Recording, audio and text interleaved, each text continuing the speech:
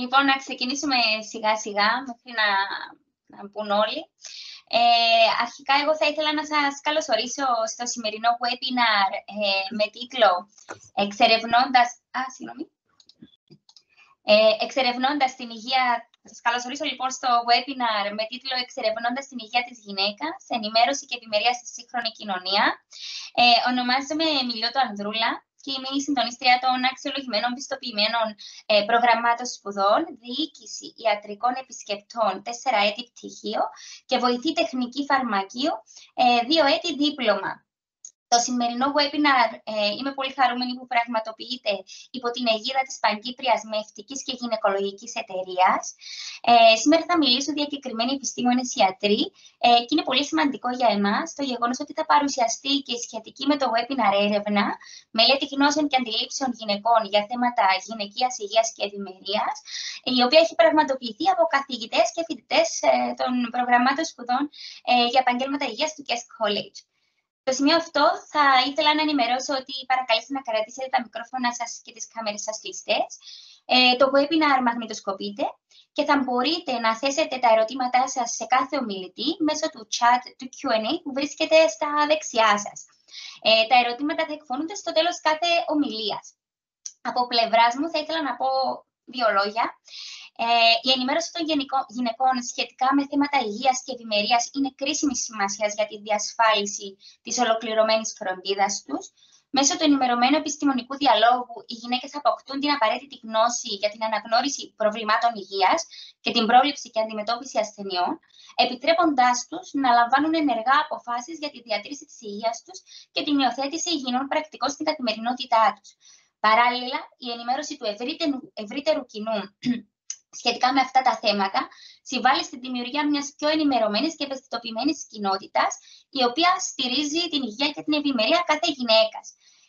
Τα προγράμματα σπουδών διοίκηση ιατρικών επισκεπτών, πτυχίο 4 έτη και βοηθή τεχνική φαρμακείου, δίπλωμα 2 έτη του Guest College, δεν προσφέρουν μόνο μόρφωση και δεξιότητες στους φοιτητές τους, αλλά τους εφοδιάζουν με το αίσθημα ευθύνης και κοινωνικής προσφοράς ως μελλοντικοί επαγγελματίες υγείας.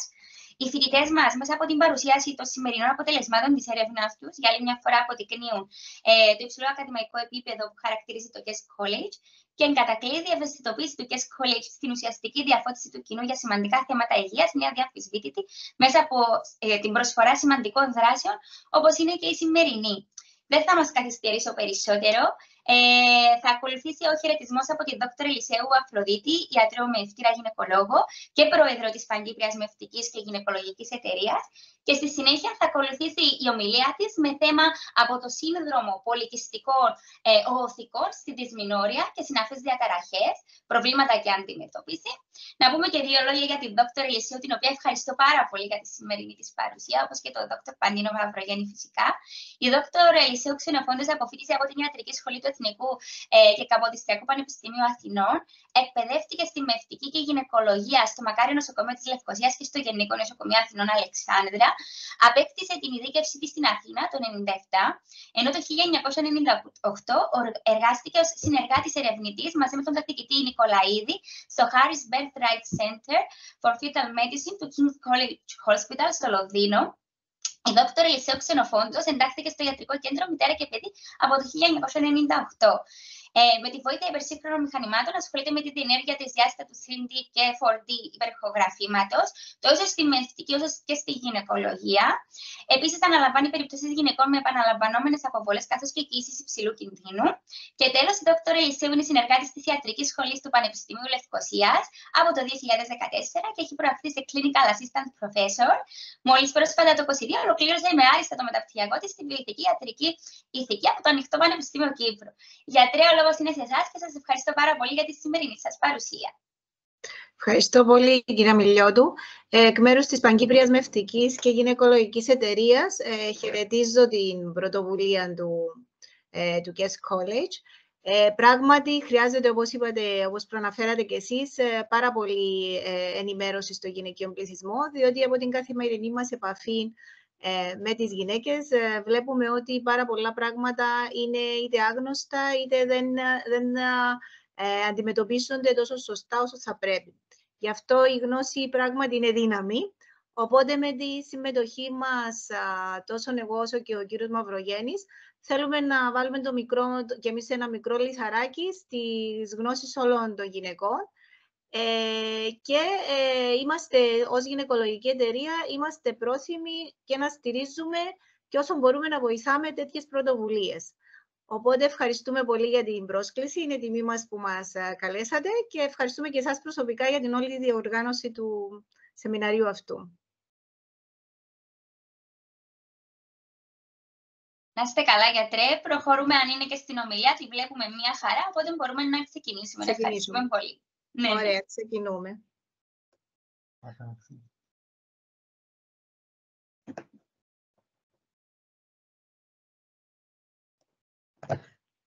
Λοιπόν, θα ξεκινήσουμε πρώτα με κάποιες βασικές γνώσεις όσον αφορά την εμμηνορρήση, κοινώς την περίοδο, όπως ξέρουμε στην καθομιλουμένη. Θα πω κάποια πράγματα για τις διάφορες διαταραχές και πώς αντιμετωπίζονται και μετά θα περάσουμε στο σύνδρομο των πολικυστικών οθικών. Κάνω μια υπενθύμηση αρχικά όσον αφορά την ανατομία, η γυναική ανατομία. Εδώ είναι το εσωτερικό. Γιατρέ, στα slide δεν έχουμε προχωρήσει. Δεν βλέπουμε μόνο την πρώτη σας διαφάνεια. Συγγνώμη, να πάω πίσω τότε ξανά, να δω τι γίνεται. Τώρα βλέπουμε την ανατομία. Μια χαρά. Ωραία, οπότε εντάξει, ωραία. Θα συνεχίσουμε έτσι τότε, γιατί μπορεί στο full screen να μην το... Λοιπόν, όπως έλεγα, το εσωτερικό, εδώ είναι η μήτρα μας, οι οθήγες μας και οι σάλπιγγες μας, έτσι. Το εσωτερικό της μήτρας, ως γνωστόν, κάθε μήνα προετοιμάζεται η φύση της γυναίκας σε νεαρά άτομα, δηλαδή σε άτομα που δεν είναι στην εμμηνόπαυση, είναι να προετοιμαστεί το σώμα της γυναίκας και ειδικά η μήτρα για την εμφύτευση του γονιμοποιημένου οαρίου. Οπότε η μήτρα φουσκώνει, το ενδομήτριο φουσκώνει, να το πούμε κοινώς, ετοιμάζεται, παχαίνει, έτσι ώστε αν γίνει η γονιμοποίηση να μπορεί να θρέψει το έμβριο, το μελλοντικό μωρό. Αν δεν γίνει αυτό, δηλαδή αν μια γυναίκα δεν μείνει έγκυος, όλο αυτό που έχει ετοιμαστεί πέφτει, χάνεται από τον κόλπο και αυτό είναι η έμμηνος-ρήση, η περίοδος. Αυτός εν ολίγης είναι ο μηχανισμός που λειτουργεί το γυναικείο σώμα. Όταν μια γυναίκα είναι πριν την εφηβεία, όταν είναι κοριτσάκι, εννοείται δεν έχει εμμηνορρήσει και το ίδιο συμβαίνει και στην εμμηνόπαυση όταν σταματήσει η περίοδος και για κάποιους άλλους λόγους που θα πούμε παρακάτω. Η έμμηνος-ρήση, η συχνότητα της είναι κάθε 21 με 40 μέρες περίπου και υπάρχουν διάφορες, διαρκεί 3 με 7 μέρες, υπάρχουν διάφορες διαταραχές που θα τις πω εντάχει. Δηλαδή, η αραιομενόρρεια σημαίνει ότι μια γυναίκα δεν βλέπει σε τακτά χρονικά διαστήματα, δεν έχει εμμηνορρήσει, πάνω από 30 μέρες, αλλά όχι πάνω από 3 μήνες. Όταν έχει μια κοπέλα εμμηνορρήσει κάτω από 21 μέρες, λέμε ότι είναι η συχνομηνόρρεια και η μηνορραγία όταν έχουμε πάρα πολύ ποσότητα αίματος. Η αμηνόρρεια που μας ενδιαφέρει, γιατί σχετίζεται και με το σύνδρομο πολικυστικών οθικών, είναι να μην έχει καθόλου εμμηνορρήσει η γυναίκα για διάστημα μεγαλύτερο των 3 μηνών. Υπάρχει φυσιολογική αμηνόρρεια που την παρατηρούμε στην παιδική ηλικία, στην εμμηνόπαυση, όταν η γυναίκα είναι έγκυος ή όταν θυλάζει, και η αμηνόρρεια που δεν είναι φυσιολογική. Πότε θα ανησυχήσουμε τώρα σε ένα κοριτσάκι που δεν έχει την εμμηνορρήση?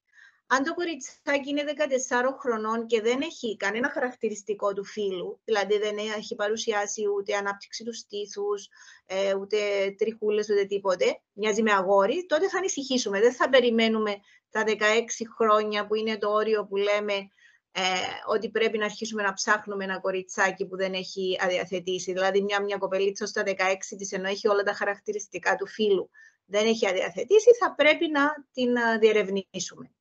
Και υπάρχει και η δευτεροπαθής αμηνόρρεια, που μπορεί να οφείλεται σε διάφορα αίτια, για να μην σας μπερδεύω, μπορεί να οφείλονται από τις διάφορους αδένες που έχουμε στο κεφάλι, στο κεντρικό νευρικό. Η απώλεια βάρους είναι πολύ σημαντική, γιατί αφορά πολλές μικρές κοπελίτσες που κάνουν δίαιτα. Δηλαδή, αν χαθεί πάνω από 15% του λίπους σε ένα άτομο, μπορεί αυτόματα να σταματήσει η περίοδος. Και αυτό το βλέπουμε πολύ συχνά στην ευρογενή ανορεξία.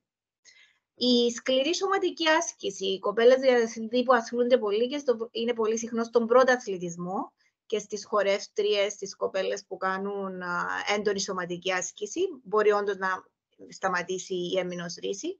Αν υπάρχει ατρισία του παρθενικού ημένα, διάφορα σύνδρομα που είναι είτε κληρονομικά είτε όχι, ανομαλίες των αδένων και διάφορα ιατρογενή αίτια. Δηλαδή, εμείς να προκαλέσουμε το σταμάτημα της έμμηνου ρίσης, παραδείγματος χάρη όταν αφαιρέσουμε τη μήτρα για ιατρικούς λόγους. Τώρα, το προεμμηνορρησιακό σύνδρομο είναι κάτι άλλο που απασχολεί ένα 70 με 90% των γυναικών. Δηλαδή, 9 στις 10 γυναίκες θα καταλαβαίνουν ότι θα έρθει η έμμηνος ρίσης του. Είναι συμπτώματα τα οποία ξεκινούν περίπου από το μέσο του κύκλου, στη δεύτερη φάση, και μόλις εμφανιστεί η έμμηνος ρίση εξαφανίζονται. Μπορεί να είναι ψυχολογικά η γυναίκα, να παρατηρεί πνηλία, ευερεθιστότητα, να μην μπορεί κανένας να της μιλήσει δηλαδή, αυτές τις μέρες, να δυνατεί να συγκεντρωθεί, να μην, να μην μπορεί να προσέξει και όταν δεν είναι στις δύσκολες μέρες. Κάποιες έχουν ημικρανίες, κεφαλαλγίες, μπορεί να παρουσιαστεί ακμή, ξανθήματα, αναπονεί τις αρθρώσεις της. Καμιά φορά έχουμε έντονη κατακράτηση υγρών. Το λένε οι κοπέλες, παρατηρώ ότι είμαι 2 κιλά πάνω και μετά μόλις θα διαθετήσω, αμέσως φεύγει αυτή η κατακράτηση. Μια έντονη τάση να φάνε γλυκό, διότι σε κάποιες παρατηρείται και κάποια υπογλυκαιμία αυτές τις μέρες ή ακόμα και ευαισθησία έντονη στους μαστούς. Δεν ξέρουμε γιατί οι περισσότερες γυναίκες υποφέρουν από αυτά τα συμπτώματα. Είναι δηλαδή ασαφής αιτιολογία για το σύνδρομο αυτό. Η αντιμετώπιση του όμως έχει να κάνει με μια πολύ καλή συζήτηση που μπορεί να κάνει ο ιατρός με τον ασθενή, να εξηγήσει τα συμπτώματα, να καθησυχαστεί η κοπέλα ότι οι περισσότερες κοπέλες βιώνουν αυτά τα συμπτώματα, είναι φυσιολογικά, δεν είναι το τέλος του κόσμου. Υπάρχουν κάποια μέτρα που μπορούμε να πάρουμε, όπως είναι η άσκηση. Φαίνεται ότι η άσκηση βοηθά και στην αντιμετώπιση του προεμμηνορρησιακού συνδρόμου. Μπορούμε αυτές τις μέρες να διαφοροποιήσουμε το τι τρώμε, δηλαδή να υπάρχουν μικρά και συχνά γεύματα, να αποφεύγουμε το πολύ αλάτι, τον καφέ, το τσάκι, τη σοκολάτα, γιατί αυτά φαίνεται ότι ερεθίζουν την εμφάνιση του συνδρόμου. Κάποιες βιταμίνες και σκευάσματα που έχουν μαγνήσιο και βιταμίνη Β6 φαίνεται ότι μπορεί να βοηθήσουν. Και σε κάποιες περιπτώσεις τα αντισυλληπτικά, η λήψη αντισυλληπτικών δισκίων, ελαφρών διουρητικών, είτε και παυσιπώνων όπως είναι η αναστολή των προσταγλαδινών, μπορεί να βοηθήσουν στην αντιμετώπιση του. Πάμε τώρα στη δυσμηνόρεια. Τι εννοούμε με τον όρο αυτό? Εννοούμε την εμφάνιση ισχυρού πόνου χαμηλά στην κοιλιά και στην περιοχή της λεκάνης, τις μέρες που η γυναίκα έχει την έμμηνο της ρίση. Πάρα πολύ συχνά αυτό το σύμπτωμα συνοδεύεται από ναυτία, τάση δηλαδή προς εμετό, διάρρεια ή ακόμα και δυσκολιότητα και καμιά φορά με κεφαλαλγία, με έντονο δηλαδή πονοκέφαλο. Η πρωτοπαθής είναι η δυσμηνόρεια που εμφανίζεται 6 με 12 μήνες μετά που θα αρχίσει η περίοδος σε ένα κορίτσι και δεν υπάρχει αξιόλογη οργανική βλάβη στα όργανα της λεκάνης. Το χαρακτηριστικό της είναι ότι ο πόνος διαρκεί 2 με 3-24 ώρα, αρχίζει μαζί με την έμμηνο ρίση και τελειώνει λίγο μετά και είναι περισσότερο σαν γκράμπα. Τώρα η δευτεροπαθής, η οποία μας ανησυχεί γιατί μπορεί να οφείλεται σε διάφορες άλλες καταστάσεις, είναι μερικά χρόνια μετά την εμφάνιση της έμμηνου ρίσης και μπορεί να υποδηλώνει σοβαρές βλάβες στην πίελο, φλεγμονές, το σαλπίγκον, ενδομητρίωση κλπ. Σε αυτή την εμφάνιση της δυσμηνόρειας θα πρέπει να γίνει κάποια διερεύνηση. Η θεραπεία στην πρωτοπαθή είναι διάφορα παυσίπονα που μπορούμε να δώσουμε στα κοριτσάκια που έχουν έντονα τα συμπτώματα. Συνήθως σε πιο μεγάλες ηλικίες μπορεί να δοθούν και αντισυλληπτικά. Δεν δίνουμε αντισυλληπτικά σε νεαρά κορίτσια στο 12-13 χρόνων τόσο εύκολα. Πρέπει να υπάρχει σοβαρός λόγος. Το μαγνήσιο φαίνεται ότι βοηθά στην αντιμετώπιση των συμπτωμάτων αυτών. Και η δευτεροπαθής αντιμετωπίζεται ανάλογα, όπως είπαμε, με το αίτιο που την προκαλεί. Πάμε τώρα να πούμε 2 λόγια για το σύνδρομο των πολικυστικών οθικών, που είναι κάτι που είναι πολύ πιο κοινό και πιο συνηθισμένο δηλαδή από ό,τι φανταζόμαστε. Υπολογίζεται ότι 1 στις 10 γυναίκες παγκόσμια μεταξύ των ηλικιών 20 και 40 μπορεί να εμφανίσουν σύνδρομο πολικυστικών οθικών. Πώς μπορούμε να υποψιαστούμε ότι υπάρχει αυτό το σύνδρομο? Καταρχήν, οι κοπέλες που μπορεί να έχουν σύνδρομο πολικυστικών οθικών έχουν διαταραχές της εμμηνουρήσης, της κατηγορίας της ολιγομηνόριας ή της αμηνόριας. Δηλαδή, βλέπουν πολύ πιο λίγο αίμα και πιο αραιά ή δεν βλέπουν καθόλου. Μπορεί να περάσουν και 3 μήνες, όπως είπαμε προηγουμένως, και να μην έχουν εμμηνορήσει. Η αυξημένη τριχοφυΐα σε περιοχές που δεν θα έπρεπε να υπάρχουν σε μια γυναίκα. Δηλαδή στην περιοχή του κάτω από το πηγούνι, στα μάγουλα, στην περιοχή της κοιλιάς, που μια γυναίκα συνήθως δεν έχει τρίχες, όταν είναι ειδικά πολύ έντονες, μας θέτουν την υποψία ότι κάτι μπορεί να μην πηγαίνει καλά με αυτή τη γυναίκα. Προβλήματα με το δέρμα. Πολλές από αυτές οι κοπέλες έχουν έντονη ακμή. Το δέρμα έχει πολύ έντονη λιπαρότητα και κάποιες φορές υπάρχει έντονη υπερχρωμάτωση. Δηλαδή το δέρμα γίνεται πιο σκούρο σε συγκεκριμένες περιοχές. Δηλαδή στην περιοχή, στο στήθος ή στην περιοχή της κοιλιάς, κάτι που συνήθως εμφανίζεται στην εγκυμοσύνη, λέγεται ακάμφωσης νίκρικανς αυτό το σύμπτωμα. Το περιμένουμε είναι πολύ συνηθισμένο στην εγκυμοσύνη, αλλά εμφανίζεται και εκτός εγκυμοσύνης. Οπότε, αν δούμε και κάτι τέτοιο που δεν υπήρχε πριν, και αυτό μας θέτει την υποψία ότι κάτι μπορεί να μην πηγαίνει καλά. Το αυξημένο σωματικό βάρος πάλι είναι κάτι σε ορισμένες κοπέλες χαρακτηριστικό. Υπολογίζεται ότι ένα 40 με 80% των γυναικών που έχουν σύνδρομο πολικυστικών οθικών είναι παχύσαρκες. Και κάποιες από αυτές έχουν και ολόκληρο το μεταβολικό σύνδρομο, δηλαδή μπορεί να έχουν αντίσταση στην ινσουλίνη, να έχουν αυξημένη χολυστερόλη, τριγλικερίδια και όλα τα χαρακτηριστικά του μεταβολικού συνδρόμου. Και τέλος, κάποιες από τις κοπέλες, όχι όλες, το τονίζω, διότι πάρα πολλές κοπέλες που όταν τεθεί η διάγνωση του συνδρόμου πολικυστικών οθικών, αγχώνονται ότι δεν θα μπορέσουν να κάνουν παιδιά ή ότι θα είναι και καλά υπογόνιμες. Όχι, δεν είναι όλες. Μπορεί μια κοπέλα που ακόμα και όταν βλέπει αραιά περίοδο να γίνεται η ορυξία του, να μην είναι έγκυος χωρίς καμία βοήθεια και χωρίς καμία προσπάθεια. Απλώς μέσα στα συμπτώματα του συνδρόμου, σε κάποιες κοπέλες είναι και υπογονιμότητα, διότι οι κοπέλες αυτές δεν κάνουν ορυξία τόσο συχνά όσο κάνει ο γενικός πληθυσμός.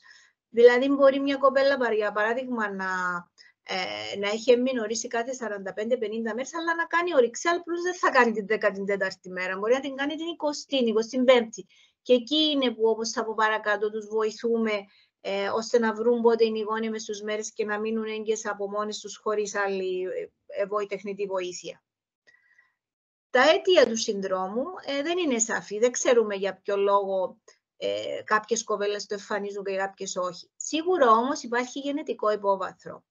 Γιατί πάρα πολλές φορές το βλέπουμε να εμφανίζεται σε μέλη της ίδιας οικογένειας και μάλιστα όχι κατά ανάγκη από την πλευρά της μητέρας. Δηλαδή, πολλές φορές μπορεί, όπως θα μπορούσε κάποιος να φανταστεί, μπορεί να είναι και από την πλευρά την οικογένεια του πατέρα. Δηλαδή, να υπάρχουν αδέρφες του πατέρα που να έχουν πολικυστικές οθήκες και να εμφανίσει η κόρη, ενώ η μητέρα δεν έχει τίποτα. Σίγουρα όμως, για να εμφανιστεί στην πλήρη του έκβαση το σύνδρομο, επηρεάζεται και από περιβαλλοντικούς παράγοντες, όπως είναι η παχυσαρκία και ο τρόπος ζωής. Δηλαδή, αν μια κοπέλα έχει πολικυστικές οθήκες και δεν προσέχει καθόλου τη διατροφή της, κάνει καθιστική ζωή, δεν γυμνάζεται, δεν κάνει τίποτε, τότε τα πράγματα θα είναι πολύ χειρότερα από μια που ναι μεν έχει το γενετικό υπόβαθρο, αλλά είναι λεπτή, προσέχει τι τρώει, γενικά προσέχει γυμνάζεται. Οπότε παίζει ρόλο, δεν είναι μόνο το γενετικό υπόβαθρο, αλλά παίζει ρόλο και το πώς ζούμε και το τι τρώμε. Πώς θα γίνει η διάγνωση τώρα? Μια κοπέλα που υποψιάζεται, ή πολλές φορές το υποψιάζονται άλλοι για αυτήν. Δηλαδή, μπορεί, για παράδειγμα, μια νεαρή να πάει στην αισθητικό για να κάνει αποτρίχωση, η κοπέλα να δει ότι κάνει την αποτρίχωση, ξανακάνει, και αντί να βλέπει ότι υπάρχει διαφορά στο δέρμα της, να γίνεται χειρότερο ή να μην βελτιώνεται. Οπότε, πολλές φορές τις παραπέμπουν οι ίδιες οι αισθητικοί στο γιατρό, πρέπει να πας να το ψάξεις, διότι δεν είναι φυσιολογικό όλη αυτή η τριχοφυΐα ή η ακμή που δεν υποχωρεί. Ο γιατρός όταν έρθει η κοπέλα, είτε ο γυναικολόγος είτε ο ενδοκρινολόγος, θα πάρει ένα πολύ καλό ιστορικό και θα εξετάσει την κοπέλα να δει αν υπάρχει τριχοφυΐα, αν όντως είναι τα κιλά της περισσότερα από αυτά που πρέπει, κάθε πότε βλέπει περίοδο, κάθε πότε έχει μηνορίσει. Στη συνέχεια θα γίνει, αν δεν το κάνει ο ίδιος, θα την παραπέψει να γίνει ένα υποεγρυχογράφημα εσωγεννητικών οργάνων, δηλαδή να δούμε την μήτρα και τις οθήκες. Και κάποιες φορές θα συστήσει να γίνει και ένας εργαστηριακός έλεγχος που περιλαμβάνει συνήθως τον ορμονικό έλεγχο των ανδρογόνων ορμονών, για να δούμε πού βρίσκονται. Εδώ σας δείχνω έτσι απλώς για να πάρετε μια ιδέα πώς είναι η εικόνα, τι βλέπουμε εμείς στο υπερηχογράφημα όταν μια γυναίκα έχει πολυκυστικές. Εδώ βλέπετε είναι μια φυσιολογική οθήκη, βλέπουμε τα οθυλάκια που ένα από αυτά οριμάζει κάθε μήνα για να πέσει όταν θα γίνει ορυξία. Και εδώ βλέπετε τις μικρές κιστούλες, γύρω-γύρω περιγράφονταν παλιά όπως είναι ένα κολιέ, οι πέρλες ενός κολιέ δηλαδή, γύρω-γύρω από την οθήκη και πιο έντονο το εσωτερικό. Αυτή την εικόνα βλέπουμε σε ένα κλασικό σύνδρομο πολυκυστικών, μια πολυκυστική, ως το πούμε, οθήκη. Αν και, όπως λέγω και από πάνω, αυτή η πλήρης εικόνα μπορεί να υπάρχει μόνο σε ένα 15% των γυναικών που έχουν το σύνδρομο. Δηλαδή, δεν είναι απαραίτητο να δούμε με τους υπερήχους αυτή την εικόνα για να κάνουμε τη διάγνωση του συνδρόμου. Και γι' αυτό τον λόγο έχουν βγει κάποια κριτήρια που χρησιμοποιούμε για να πούμε ότι μια γυναίκα έχει το σύνδρομο. Δηλαδή, η πιο παλιά κατάταξη, πιο παλιά κριτήρια ήταν αν μια γυναίκα έχει, όπως είπαμε, δεν βλέπει συχνά περίοδοι, δεν βλέπει καθόλου και έχει υπερβολική δραστηριότητα ανδρογόνων, υπερτρίχωση, αυτά που είπαμε, έντονη ακμή κλπ. Μπορούμε να πούμε ότι έχει πολυκυστικές χωρίς κατά ανάγκη να υπάρχει και εικόνα. Ή αν έχει μια εικόνα στο υπερηχογράφημα και δεν έχει και συχνά περίοδο, τότε πάλι την κατατάσσουμε στο σύνδρομο.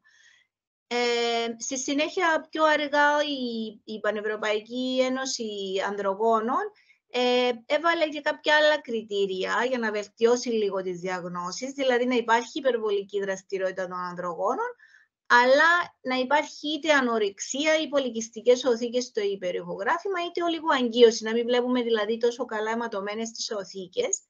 Και οπωσδήποτε θα πρέπει πάντα να αποκλείουμε άλλες καταστάσεις που μπορεί να προκαλέσουν υπερβολική δραστηριότητα ανδρογόνων.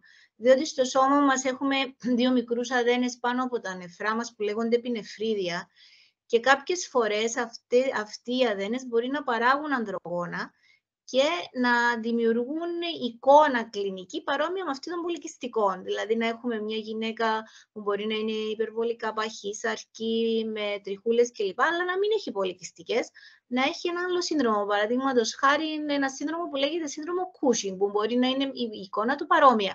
Άρα οπωσδήποτε πολλές φορές εμείς ως γιατροί πρέπει να αποκλείουμε για άλλες καταστάσεις για να είμαστε σίγουροι ότι η γυναίκα θα πάρει την καλύτερη αντιμετώπιση, την καλύτερη θεραπεία και θα έχει την καλύτερη αντιμετώπιση.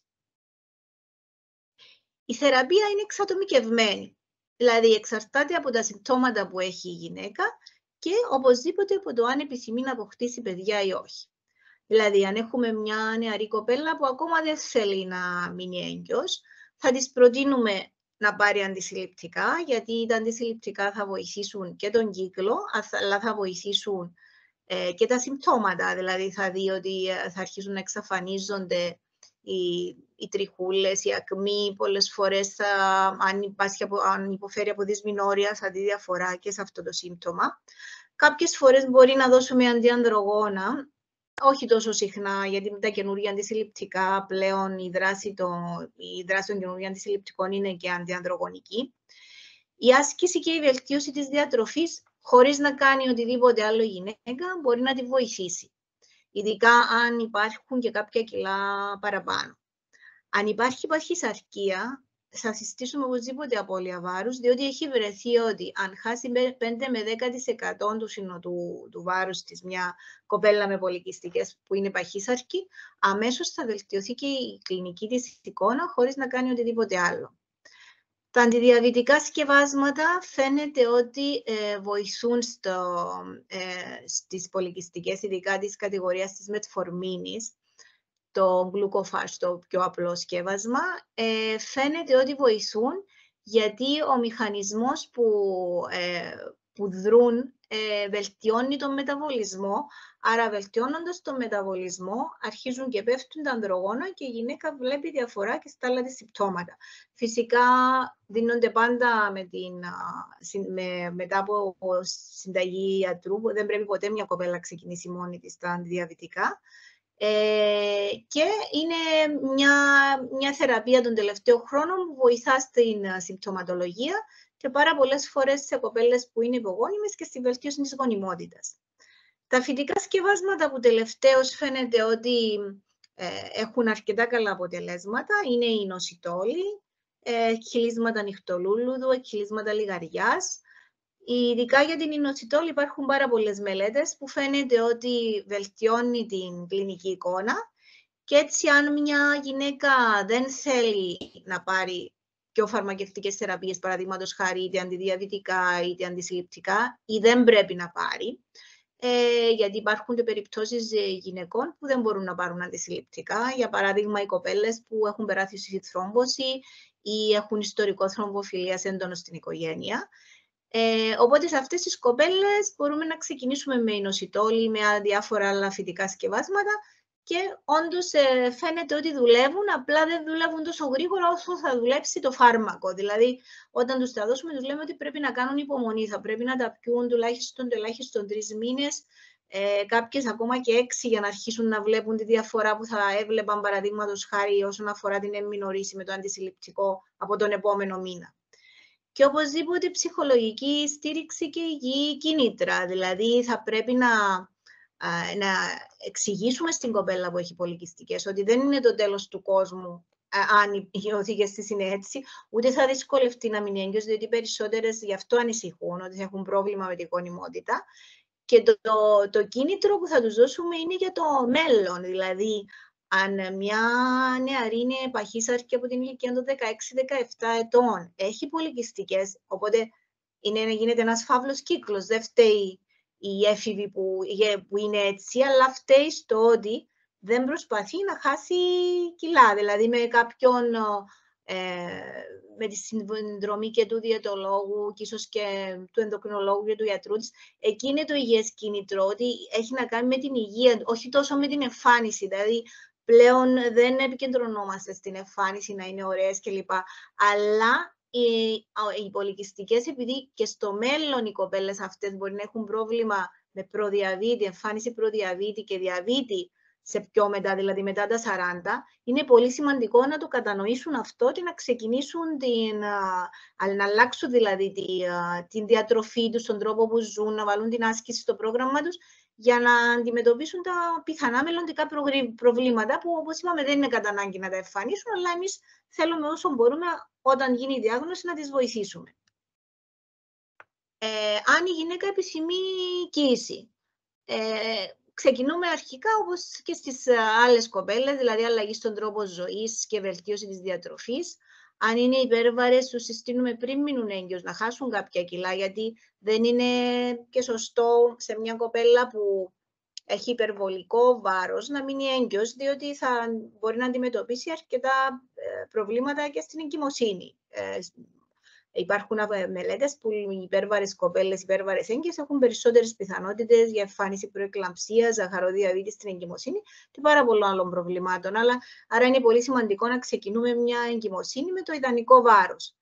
Και πάλι, όπως είπα, η λήψη φυτικών σκευασμάτων. Δηλαδή, δεν θα δώσουμε σε μια που θέλει να μείνει έγκυος αντισυλληπτικά άμεσα. Μπορούσε να τα παίρνει από πριν για να ρυθμιστεί, αλλά μετά τα σταματάμε γιατί αφού ο σκόπος είναι να ξεκινήσει η ορυξία. Αλλά το να πάρει, παραδείγματος χάρη, νοσιτόλη, κάποια άλλα σκευάσματα φυτικά, μπορεί να τη βοηθήσει ή ακόμα, όπως είπα, και τα αντιδιαβητικά.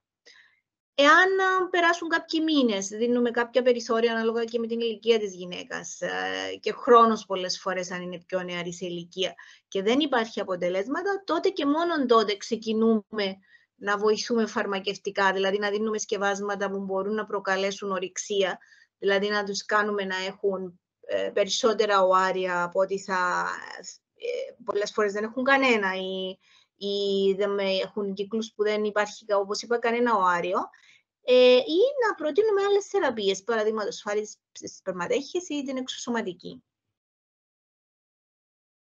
Λοιπόν, έχω τελειώσει με την παρουσίαση και είμαι έτοιμη για να ακούσω απορίες.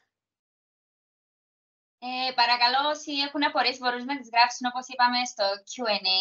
Ευχαριστώ πάρα πολύ, γιατρέ, για την πολύ λεπτομερή επεξήγηση των συντρόμων που έχουμε μπει, της δυσμηνόριας, του συνδρόμου των πολικιστικών οθικών. Μπορώ να ξεκινήσω εγώ να πω έναν απλό σχόλιο, ότι είναι σημαντικό για τη διάγνωση του συνδρόμου των πολικιστικών οθικών ο ρόλος γενικά και άλλων επαγγελματιών υγείας, όπως είπατε, δηλαδή. Δεν είναι μόνο στην κοπέλα η οποία μπορεί να πάσχει από το σύνδρομο, αλλά ακόμα και σε κάποιον επαγγελματία υγείας, όπως είναι αισθητικός κτλ., η οποία θα βοηθήσει στο συγκεκριμένο. Και επίσης θα ήθελα να σταθούμε να ρωτήσω λίγο το συνδυασμό, πώς συνδυάζεται η λήψη αντιδιαβητικών με την αύξηση της γονιμότητας. Έχουμε ακούσει, για παράδειγμα, όπως το Ζεμπίκ ή άλλα αντιδιαβητικά, ότι ενδεχομένως να βοηθούν στη γονιμότητα. Άρα, λίγο να μας το εξηγήσετε αυτό, γιατί υπάρχει όντως αυτή η άποψη, να μας το εξηγήσετε λίγο περισσότερο. Να σας πω, για το Ζεμπίκ δεν έχουμε μελέτες. Αν μια κοπέλα παίρνει το Ζεμπίκ και μείνει έγκυος επειδή έτυχε να το ψάξω, γιατί είχα τέτοια κοπέλα, δεν έχουμε μελέτες. Είναι πολύ καινούργια φάρμακα για να πούμε για τις επιδράσεις στο έμβριο. Οπότε συνήθως όταν φτάσουν στο στόχο τους στα κιλά τους λέμε να σταματήσουν τη θεραπεία. Όμως για τα άλλα, για τη μετφορμίνη, υπάρχουν μελέτες και μάλιστα υπάρχουν και μελέτες που λένε ότι θα ήταν καλό να το συνεχίσει η κοπέλα και για το πρώτο τρίμηνο της κύσης για να μειωθεί και η πιθανότητα αποβολής. Ο τρόπος που δρούν, ο μηχανισμός δηλαδή είναι όπως εξήγησα, επειδή βελτιώνουν τον μεταβολισμό, δρούν πάνω στην αντίσταση της ινσουλίνης, που είναι ένα χαρακτηριστικό του συνδρόμου των πολικιστικών οθικών, γιατί όπως είπα είναι ένα σύνδρομο πολυοργανικό, δεν αφορά μόνο πλέον τις οθήκες, αφορά ολόκληρο το σώμα.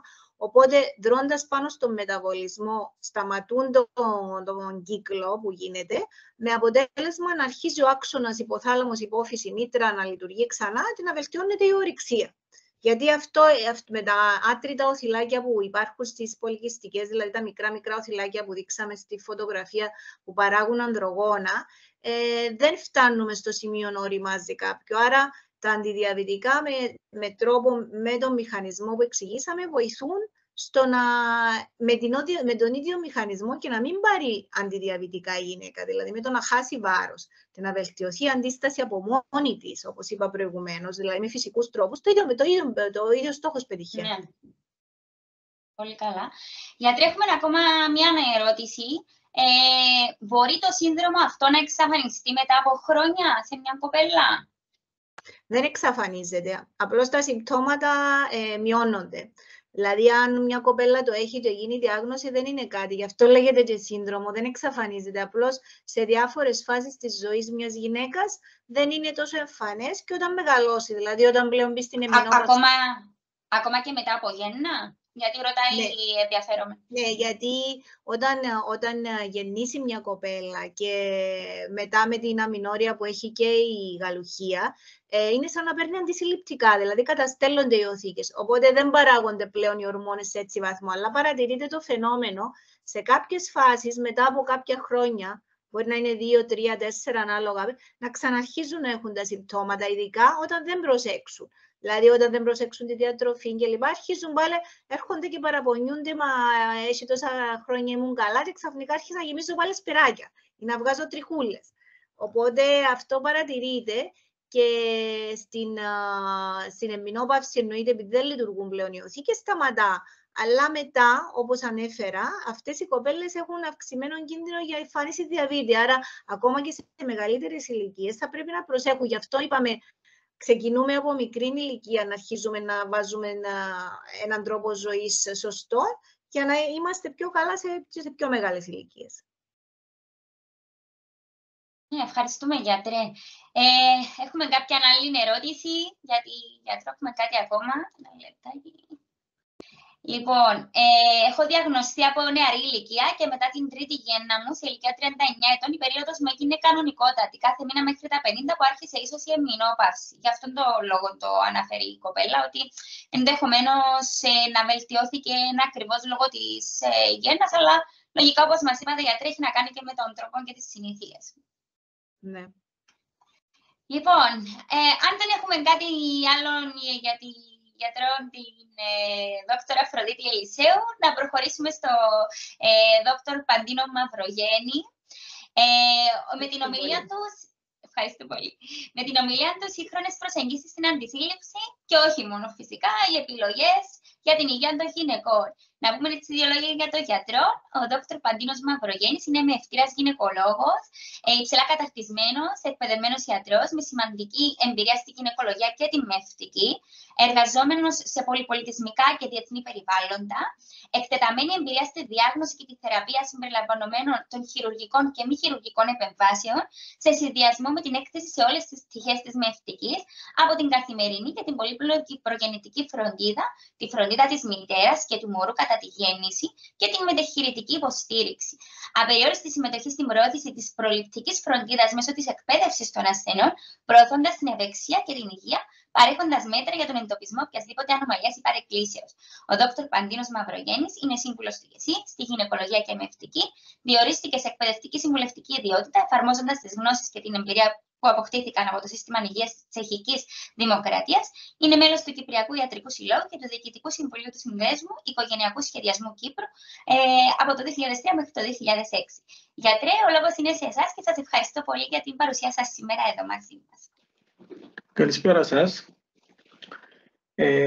Έχω επιλέξει μια όχι τόσο ιατροκεντρική προσέγγιση στο θέμα σας, διότι βλέπω τις λέξεις κλειδιά υγεία της γυναίκας, ενημέρωσης, ευημερία, σύγχρονη κοινωνία, επιλογές, προοπτικές. Και εκμεταλλεύομαι όχι μόνο θα εκμεταλλευτώ την πείρα μου ως γυναικολόγος, αλλά ξεκινώντας από το μεταπτυχιακό που έχω στη δημόσια υγεία και αυτό που ολοκληρώνω στη βιοειθική τώρα. Θα ξεκινήσω κάπως αντίθετα από τους περιορισμούς που υπάρχουν και το περιβάλλον στο οποίο πρέπει να κινηθούμε. Να πούμε εδώ ότι τα περισσότερα σύγχρονα συστήματα υγείας δεν καλύπτουν υπηρεσίες αντισύλληψης. Είναι ένα θέμα το οποίο συζητείται, είναι ένα θέμα το οποίο προκαλεί έντονες συζητήσεις για το αν θα έπρεπε οι γυναίκες ως πάροχοι ενός συστήματος υγείας να έχουν πρόσβαση σε υπηρεσίες και φαρμακευτική αγωγή αντισύλληψης. Να αναφέρουμε ότι το Γενικό Σύστημα Υγείας δεν παρέχει ούτε φαρμακευτική αγωγή, ούτε και οποιαδήποτε άλλη αποζημίωση στις γυναίκες που επιθυμούν να κάνουν χρήση αντισύλληψικών μεθόδων. Άρα υπάρχει ένα limitation, υπάρχει μια συζήτηση και η πραγματικότητα είναι έτσι περιορίζει τις επιλογές των γυναικών. Συνεχίζοντας, να πούμε ότι ζούμε σε μια πολύ μικρή χώρα και υπάρχουν και αντικειμενικά πάρα πολλοί περιορισμοί σε ό,τι αφορά την αγορά φαρμακευτικών προϊόντων στον τομέα της αντισύλληψης, των μεθόδων αντισύλληψης. Έχω κάνει μια μικρή έρευνα αγοράς και έχω επιβεβαιώσει ότι στην Κύπρο στην ουσία υπάρχουν μόνο 2 ενδομήτρια πειράματα διαθέσιμα, το κλασικό και το ορμονικό, και 3 άλλα φαρμακευτικά ορμονικά παρασκευάσματα αντισύλληψης. Αυτές είναι οι επιλογές μας στην Κύπρο. Είναι τραγικό το 2024 να βρίσκονται οι γυναίκες σε αυτήν την κατάσταση. Δηλαδή δεν έχουν επιλογές. Υπάρχει μεγάλος περιορισμός. Και ξεκινώντας από αυτήν τη διαπίστωση, θα προχωρούσα στο δεύτερο σημείο. Και να αναφέρω εδώ κάτι το οποίο μπορεί να ακουστεί έτσι λίγο αιρετικό, αλλά ναι μεν λέμε ότι η αντισύλληψη είναι θέμα του ζευγαριού, αλλά η πραγματικότητα είναι κάπως διαφορετική. Είναι η γυναίκα που πρέπει να ενδιαφερθεί για τον εαυτό της. Αντιλαμβάνομαι βλέποντας ότι η πλειοψηφία των συμμετέχοντων είναι θηλυκού γένους, δεν είναι έτσι? Άρα, γιατρέ, νομίζω έχουμε και από τα δύο, αλλά ναι, λογικά ενδιαφέρει περισσότερο τις γυναίκες. Άρα, απευθύνομαι προς τις γυναίκες, θα πω κάτι το οποίο ελπίζω να μην παρεξηγηθεί. είστε υπεύθυνες για την υγεία σας. Μην περιμένετε από τους άντρες να σας προσέξουν. Οι γυναίκες οριμάζουν πιο γρήγορα, οι γυναίκες επιδεικνύουν μια οριμότητα στην ηλικία που αρχίζουμε να πειραματιζόμαστε και να ανακαλύψουμε το σώμα μας που είναι πολύ πιο προχωρημένοι από τους άντρες και γενικά έχουμε μια υπευθυνότητα πάνω σε αυτά τα θέματα πολύ μεγαλύτερα από τους άντρες. Άρα, οφείλουν οι γυναίκες να είναι προσεκτικές για τον απλούστατο λόγο ότι οτιδήποτε συμβεί είναι οι γυναίκες που φέρουν τις συνέπειες. Εφόσον μιλούμε για αντισύλληψη, είναι η γυναίκα που θα χρησιμοποιήσει το χάπι. Είναι η γυναίκα των αντισυλληπτικών. Είναι η γυναίκα που θα εφαρμόσει με τη βοήθεια του γιατρού το ενδομητριοσπείραμα. Αν δεν πετύχει η μέθοδος, είναι η γυναίκα που να μείνει έγκυος, με όλες τις επιλογές μετά που προσφέρονται. Και αν στο τέλος γεννήσει, επειδή δεν θέλει να χρησιμοποιήσει αντισύλληψη, είναι η γυναίκα που τραβά τις περισσότερες φορές. Ξέρουμε το όλοι. Άρα είναι μια παράκληση, είναι μια διαπίστωση πολύχρονη.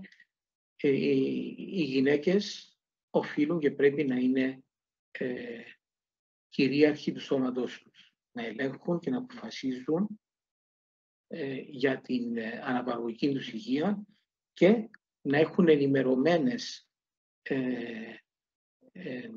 να έχουν αρκετές πληροφορίες ώστε να είναι ενημερωμένες και να λαμβάνουν τις σωστές αποφάσεις όσον αφορά τα θέματα της σύλληψης. Ήδη έχουμε πει ότι υπάρχουν περιορισμοί λόγω της αγοράς στην Κύπρο και των συστημάτων υγείας και με αυτήν την μικρή εισαγωγή θα πάω στις μεθόδους των περισσότερων ιατρικών μέρος της παρουσίασης και να αναφέρουμε εδώ ότι οι μέθοδοι αντισύλληψης χωρίζουν σε τρεις μεγάλες κατηγορίες. Είναι οι μέθοδοι φραγμού. Δηλαδή υπάρχουν διάφορες μέθοδοι που εμποδίζουν το να έρθει το άριο σε επαφή με το σπερματοζωάριο. Αν δεν υπάρχει επαφή, αν υπάρχει ένας φυσικός φραγμός, δεν μπορεί να επιβεβαιωθεί εγκυμοσύνη. Το πιο χαρακτηριστικό και κλασικό παράδειγμα είναι το προφυλακτικό. Και εδώ να τονίσουμε, είναι και κάπως χιουμοριστικό, το προφυλακτικό το οποίο διατίθεται σε όλα τα περίπτερα και σε όλους τους τόπους και στα κέντρα και όπου φανταστείτε, είναι αντρική προφυλαξιά. Είναι αντρικό το προφυλακτικό. Το γυναικείο προφυλακτικό υπήρχε κάποτε περιορισμένα σε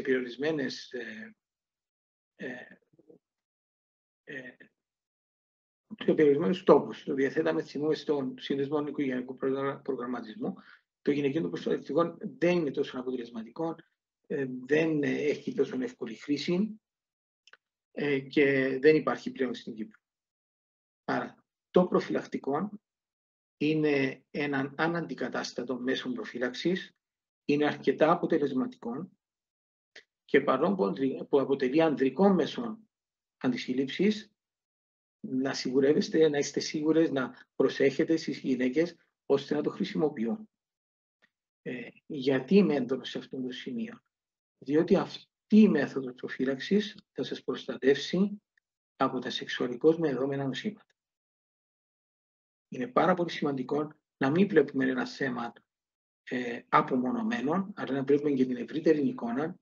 Και η πραγματικότητα είναι ότι το προφυλακτικό, όσον για το θεωρούμε ως κάτι το πολύ συνηθισμένο, εν τούτης, όχι μόνο σε θέματα της σύλληψης, αλλά και κυρίως και σε θέματα προφύλαξης από τα σεξουαλικώς μεταδεδομένα νοσήματα, έχει έναν ρόλο ο οποίος είναι αναντικατάστατος. Υπάρχουν και άλλοι μέθοδοι φραγμού, τις οποίες δεν διαθέτουμε στην Κύπρο και για λόγους εξοικονόμησης χρόνου και για να μείνουμε στα πρακτικά ζητήματα που μας αφορούν, να προχωρήσω στη δεύτερη μεγάλη κατηγορία, είναι οι ορμονικές μέθοδοι. Το πλέον διαδεδομένο είδος αντισύλληψης είναι η συνδυασμένη από στόματος αντισύλληψη, τα λεγόμενα COC, Combined Oral Contraceptives, είναι συνθετική προγεστίνη και ιστογόνο σε ένα χαπάκι, σε διάφορη αναλογία που ξεγελά τη φύση. Τι εννοώ με αυτό? Παίρνοντας αυτόν το ορμονικό δίσκιο, αυτόν το χαπάκι, κάθε μέρα, 21 ή περισσότερες μέρες, συνήθως 21 μέρα, δίνουμε την εντύπωση στον εγκέφαλο, στον κεντρικό νευρικό σύστημα, ότι έχουμε ψηλά επίπεδα περιφερικών ορμονών. Και μπλοκάρει η πληροφορία αυτή την ορυξία. Είναι μια πάρα πολύ έξυπνη μέθοδος. Έχει πάρα πολλά χρόνια, έχει πάρα πολλές δεκαετίες που υπάρχουν αυτά τα φάρμακα. Να αναφερθούμε εδώ στο θέμα της πληροφόρησης, έτσι λίγο, και της ενημέρωσης. Έχω ανακαλύψει τα τελευταία 20 χρόνια που είμαι στην Κύπρο ότι υπάρχουν πάρα πολλοί μύθοι γύρω από τα αντισυλληπτικά παρασκευάσματα, τα ορμονικά. Ακόμα και σήμερα επικρατούν ορισμένες πολύ λανθασμένες αντιλήψεις, και εδώ είναι ο ρόλος κυρίως των σχολών, των νοσηλευτικών σχολών, των ιατρών και της κοινότητας που έχει πρόσβαση στις σωστές πληροφορίες, να μεταδίδει με ορθόν τρόπο και κατανοητών τις πληροφορίες αυτές στις γυναίκες, για να μπορούν να λαμβάνουν τις αποφάσεις που χρειάζονται. Πληροφορούν, όπως λέω, πάρα πολύ μύθοι αυτό. Δεν υπάρχει κάτι το οποίο να ενοχοποιεί τα αντισυλληπτικά δυσκεία, και θεωρώ ότι είναι μια πάρα πολύ καλή μέθοδος, είναι αποτελεσματική και πολύ καλή λύση. Πολύ καλή λύση. Να αναφέρω ακόμα έτσι ότι τη δεκαετία του 50-60 του περασμένου αιώνα ήταν επανάσταση. Δημιουργήθηκε το happy, όπως το λέμε, the pill, δημιούργησε επανάσταση στον χώρο των γυναικών, διότι αποτέλεσε έναν ισχυρό όπλο στο να μπορούν οι γυναίκες να διεκδικήσουν τα δικαιώματά τους και να εφαρμόσουν, να παίρνουν σωστές αποφάσεις για την αναπαραγωγική τους υγεία. Η τρίτη μεγάλη κατηγορία των αντισυλληπτικών μεθόδων είναι τα ενδομήτρια σπειράματα. Υπάρχει μια ενδιάμεση μέθοδος εδώ. Διότι είχα αναφέρει στην αρχή ότι υπάρχουν δύο είδη ενδομήτριων σπειράματων. Το κλασικό, το οποίο έχει έναν μικρό μεταλλικό στοιχείο πάνω του, τυλιγμένο γύρω από τον κάθετο άξονα. Γι' αυτό το ακούμε πολλές φορές και με τον όρο σπιράλ. Και υπάρχει και το ορμονικό ενδομήτριο σπείραμα, το οποίο, εκτός από την κλασική εφαρμογή του σπειράματος, απελευθερώνει μία μικρή ποσότητα ορμόνης, είναι λεγονογεστρέλη ορμόνη αυτής της περιπτώσης των παρασκευασμάτων που υπάρχουν, προκαλώντας έτσι έναν είδος άσεπτης φλεγμονής στο τείχομα της μήτρας, και στην ουσία αυτό να αποτρέπει στο να γίνει εμφύτευση ενός γονιμοποιημένου άδη. Είναι και αυτή η μέθοδος αρκετά ασφαλής, έχει πάνω από 30-35 χρόνια εγώ τη χρησιμοποιώ, τον καιρό που ξεκίνησε. Έχει πάρα πολύ καλά αποτελέσματα, και τη μέθοδο αυτήν τη χρησιμοποιούμε και ως θεραπευτική μέθοδο, εκεί όπου οι γυναίκες έχουν σοβαρές αιμορραγίες. Το τελευταίο πράγμα που παρουσιάζεται τώρα στην αγορά είναι ότι υπάρχει ένα πολύ παρόμοιο παρασκεύασμα με αυτό που κυκλοφορεί και στην κυπριακή αγορά, με ελαφρώς μειωμένη την απελευθέρωση της λεγονογεστρέλης. Με μια πιο χαμηλή δόση, στην ουσία όμως είναι το ίδιο πράγμα. Υπάρχουν και μέθοδοι οι οποίοι, αυτές οι μέθοδοι τις οποίες έχουμε αναφέρει, οι τρεις κατηγορίες, είναι μέθοδοι τις οποίες χρησιμοποιούμε ευρέως, σε τακτική βάση, αλλά είναι ανατρέψιμες. Δηλαδή, δεν προκαλούν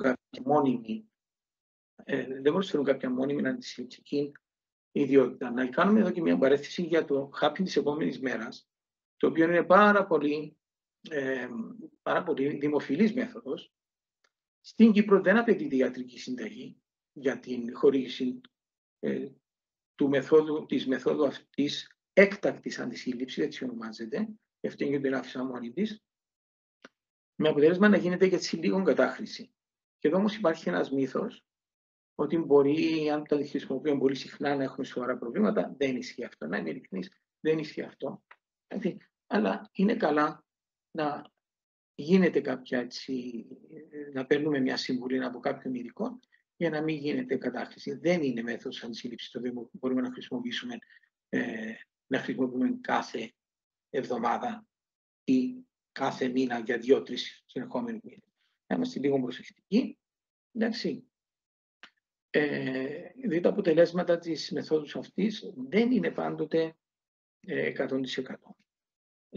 Γενικά, η αποτελεσματικότητα των μεθόδων είναι σχετικά ψηλή. Η ορμονική αντισύλληψη έχει μια αποτελεσματικότητα μέχρι 99%, γύρω στο 99%. Η μέθοδη αντισύλληψης φραγμού είναι 75 με 97 περίπου %. Πρέπει να είμαστε λίγο προσεκτικοί με τα προφυλακτικά, ειδικά να τους προσέχουμε τους ασθενείς του κάνουν. Και οι μέθοδοι, τα ενδομήτρια σπειράματα έχουν μια αποτελεσματικότητα της τάξης του 98 με 99%. Το σημείο αυτό, να πούμε ότι και εδώ υπάρχουν, σε ό,τι αφορά τις ορμονικές μεθόδους, οι περιορισμοί στη δική μας τη χώρα. Στο εξωτερικό υπάρχουν ορμονικά έμπλαστρα, υπάρχουν εμφυτεύματα, υπάρχουν άλλες μορφές προηγμένες, ενέσιμα ορμονικά, που προσφέρουν ορμονική αντισύλληψη με πολύ πολύ καλά αποτελέσματα, αλλά δυστυχώς δεν διατίθενται στην κυπριακή αγορά. Και κάτι το οποίο ακόμα υπάρχει, είναι πολύ πολύ μεγάλος περιορισμός, οι γυναίκες οι οποίες γεννούν και θέλουν κάποια μορφή αντισύλληψης, στερούνται της επιλογής στην Κύπρο του ορμονικού δισκείου. Οι γυναίκες μετά από τον κετό μπορούν να πάρουν ορμονική αντισύλληψη, η οποία η οποία περιέχει μόνο προγεστερόνη, προγεστερόνη, αλλά δεν τα διαθέτει. Δεν διαθέτουμε τα παρασκευάσματα στην Κύπρο και είναι ένα πρόβλημα για τις γυναίκες, διότι δεν μπορούν να πάρουν ορμονικά δισκεία, μπορεί να μην θέλουν να πάρουν το σπίρα. Δεν μπορούμε να το βάλουμε και αμέσως. Στο εξωτερικό υπάρχουν και ενδομήτρια σπιράντα που μπαίνουν αμέσως μετά τον τοκετό. Δεν έχουμε ούτε αυτή την επιλογή. Άρα εδώ είναι ένα άλλο ζήτημα το οποίο αναφέρθηκε εντελώς από την αρχή και προκαλεί ορισμένες δυσκολίες στο decision making των γυναικών. Θα τελειώσω τη σύντομη παρουσίαση αυτή με ένα λίγο χιουμοριστικό παράδειγμα και μια επιλογή. Είναι η τέταρτη μεγάλη κατηγορία. Είχαμε έναν καθηγητή στην Πράγα που μας έλεγε ότι η καλύτερη μέθοδος αντισύλληψης είναι η ασπιρίνη. Και μας ολόκληρο τώρα το αμφιθέατρο εκεί προσπαθούσε να το απαντήσει στο ερώτημα γιατί. Και έλεγε αυτός ο καθηγητής, όταν πάρει η γυναίκα την ασπιρίνη και τη βάλει ανάμεσα στα γόνατά της και την κρατά σφιχτά, δεν θα μείνει έγκυος. Άρα, η τέταρτη αυτή μέθοδος και είναι η αποχή. Μπορεί να μην είναι trendy, μπορεί να μην είναι της μόδας, μπορεί να προκαλεί διάφορες συζητήσεις, να το πούμε έτσι όπως μπορεί να ακουστεί, εγκαθυστερημένη του τη μητσά, δεν έφυγε έξω, δεν έχει φίλων, Η επιλογή της αποχής είναι και αυτό μια μέθοδος η οποία εκφράζει μια άποψη ζωής, είναι και μια απόφαση συνειδητή. Να μην την υποτιμούμε. Να μην την υποτιμούμε ούτε αυτή. Αν έχουμε κάποια φίλη ή κάποια γνωστή που έχει λίγο πιο συντηρητικές απόψεις, να το βλέπουμε με κατανόηση, διότι όλες οι επιλογές είναι σεβαστές, όπως και άνθρωποι όλων των χρωμάτων, λογικού επίπεδου και μόρφωσης είναι αποδεκτοί και όλοι πρέπει να έχουν την ίδια μεταχείριση. Με αυτήν την νότα σας ευχαριστώ πάρα πολύ για αυτήν την ευκαιρία να παρουσιάσω. Να είστε καλά, γιατρέ. Ευχαριστούμε πάρα πολύ. Έχουμε αρκετές ερωτήσεις, βλέπω. Ξεκινώ με το γεγονός ότι για το χάπιν της επόμενης ημέρας, αν είναι ενήμερες οι γυναίκες, ότι μπορείς να το πάρεις και μετά από τις 24 ώρες, έτσι λίγο με το διάστημα μετά την επαφή, οπότε μπορούμε να πάρουμε το χάπιν της επόμενης ημέρας. Αν είναι να απαντήσετε στην ερώτηση και να προχωρήσουμε και στην επόμενη. Όσο πιο γρήγορα γίνεται. Ναι, σωστά. Μπορείτε να το πάρετε μέχρι και 72 ώρες μετά την επαφή, αλλά όσο απομακρυνόμαστε από το χρονικό περιθώριο των 24 ώρων, τόσο μειώνεται η πιθανότητα να αποφύγουμε την εγκυμοσύνη. Άρα, όσο πιο γρήγορα γίνεται. Ωραία, γιατρέ. Το άλλο είναι η αντισύλληψη, τα αντισυλληπτικά, η λήψη τους μακροπρόθεσμα. Υπάρχει κάποια επίδραση στην υγεία της γυναίκας, δηλαδή αν για χρόνια είναι στα αντισυλληπτικά. Και το δεύτερο σκέλος της ερώτησης είναι η διακοπή της αγωγής. Λένε, υπάρχουν δύο άποψεις, ότι πρέπει να το διακόπτεις και υπάρχει και η άποψη ότι δεν κάνει να το διακόπτεις γιατί υπάρχει ορμονική διαταραχή. Ποια είναι η δική σας η επιστημονική άποψη στην ουσία? Αυτή είναι ακριβώς η μύθη οι οποίοι επικρατούν. Η αντίληψη ότι μπορεί να προκαλέσει κάτι μακροχρόνια αγωγή δεν επιβεβαιώνεται επιστημονικά. Άρα δεν ενοχοποιείται μακροχρόνια αγωγή για τίποτε. Άρα δεν υπάρχει πρόβλημα. Στο δεύτερο σκέλος, μερικές φορές μπορεί να παρουσιαστεί μετά από μακροχρόνια χρήση κάποιο είδους αιμορραγία, ενώ παίρνουμε τα χαπάκια. Στις περιπτώσεις αυτές συνίσταται να γίνεται διακοπή για 1 ή 2 μήνες και μετά, αν θέλουν οι γυναίκες, να συνεχίζουν. Διαφορετικά, αν δεν παρουσιάζει οποιαδήποτε πρόβλημα η χορήγηση αντισύλληψης εγκριστήριων, δεν χρειάζεται να σταματά. Δεν υπάρχει κανένας λόγος.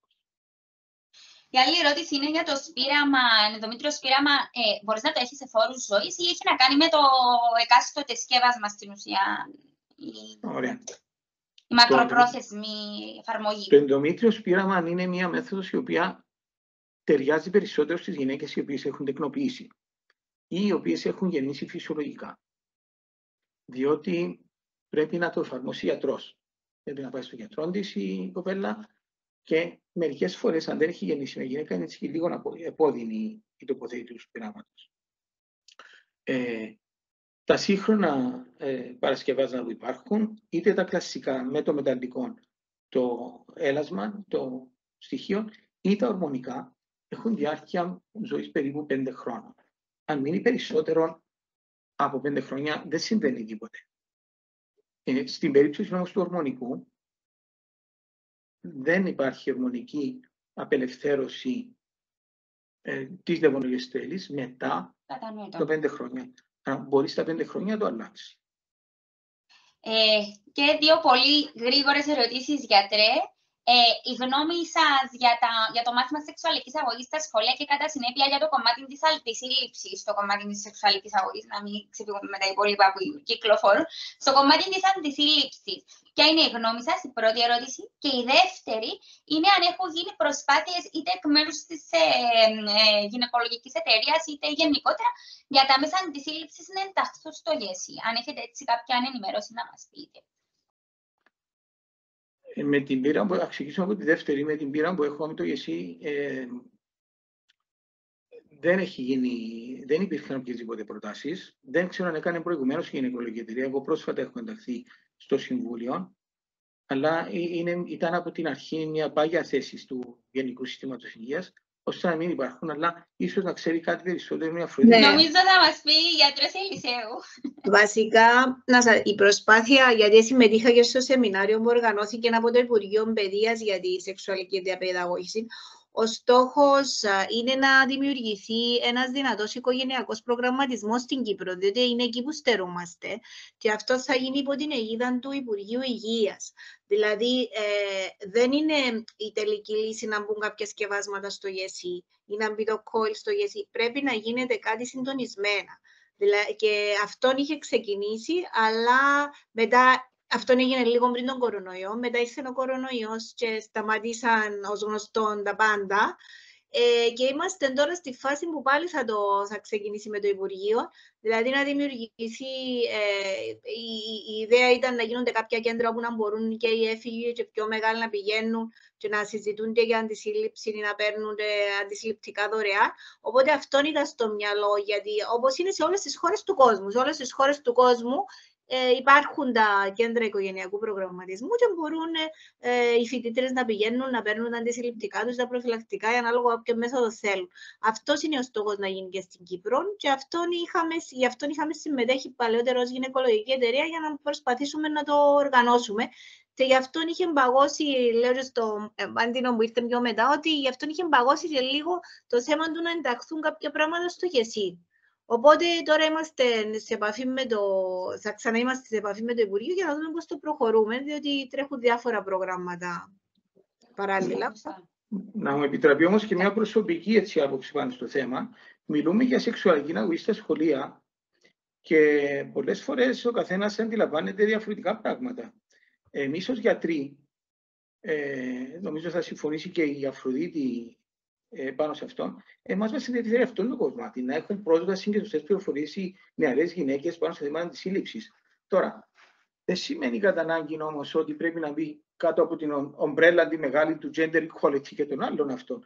Πρέπει να υπάρχει κάποιος διαχωρισμός, διότι βλέπω μια τάση στην Κύπρο τα τελευταία χρόνια να μπαίνουν όλα κάτω από μια ομπρέλα και αυτό δημιουργεί έτσι κάποια σύγχυση και ορισμένες καταστάσεις οι οποίες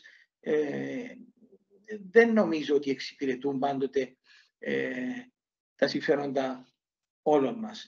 Δηλαδή, τα θέματα της σύλληψης, το ιατρικό μέρος. Το ιατρικό κομμάτι, το επιστημονικό κομμάτι είναι υπό την έννοια της υγείας. Εμείς είμαστε πρόθυμοι πάρα πολύ και εγώ και Αφροδίτη είμαστε, πηγαίναμε στο Σύνδεσμο Οικογενειακού Προγραμματισμού ως εθελοντές και προσφέραμε αυτές τις υπηρεσίες σε οποιοδήποτε τις ήθελε μέσω του συνδέσμου δωρεάν.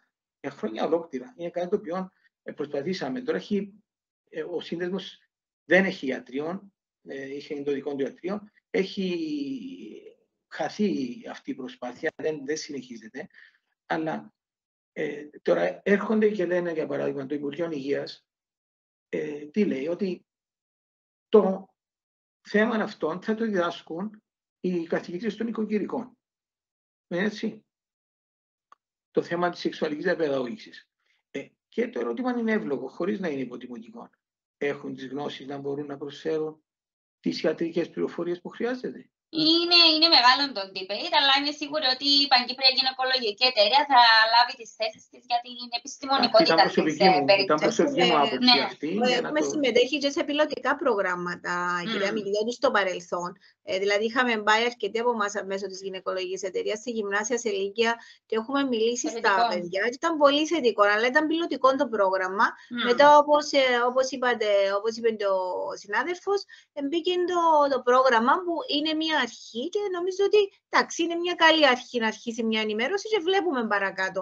Διότι το έχουμε ζητήσει ήδη από το Υπουργείο Παιδείας να γίνονται κάποιες διαλέξεις από ειδικούς, γιατί πιστεύω αλλά γίνονται με τους συνδέσμους γονέων και με άλλον τρόπο. Δηλαδή, το σημαντικό είναι να μιλά κάθε φορά ο ειδικός και ο καταρτισμένος πάνω στο κομμάτι. Νομίζω είναι το σημαντικό.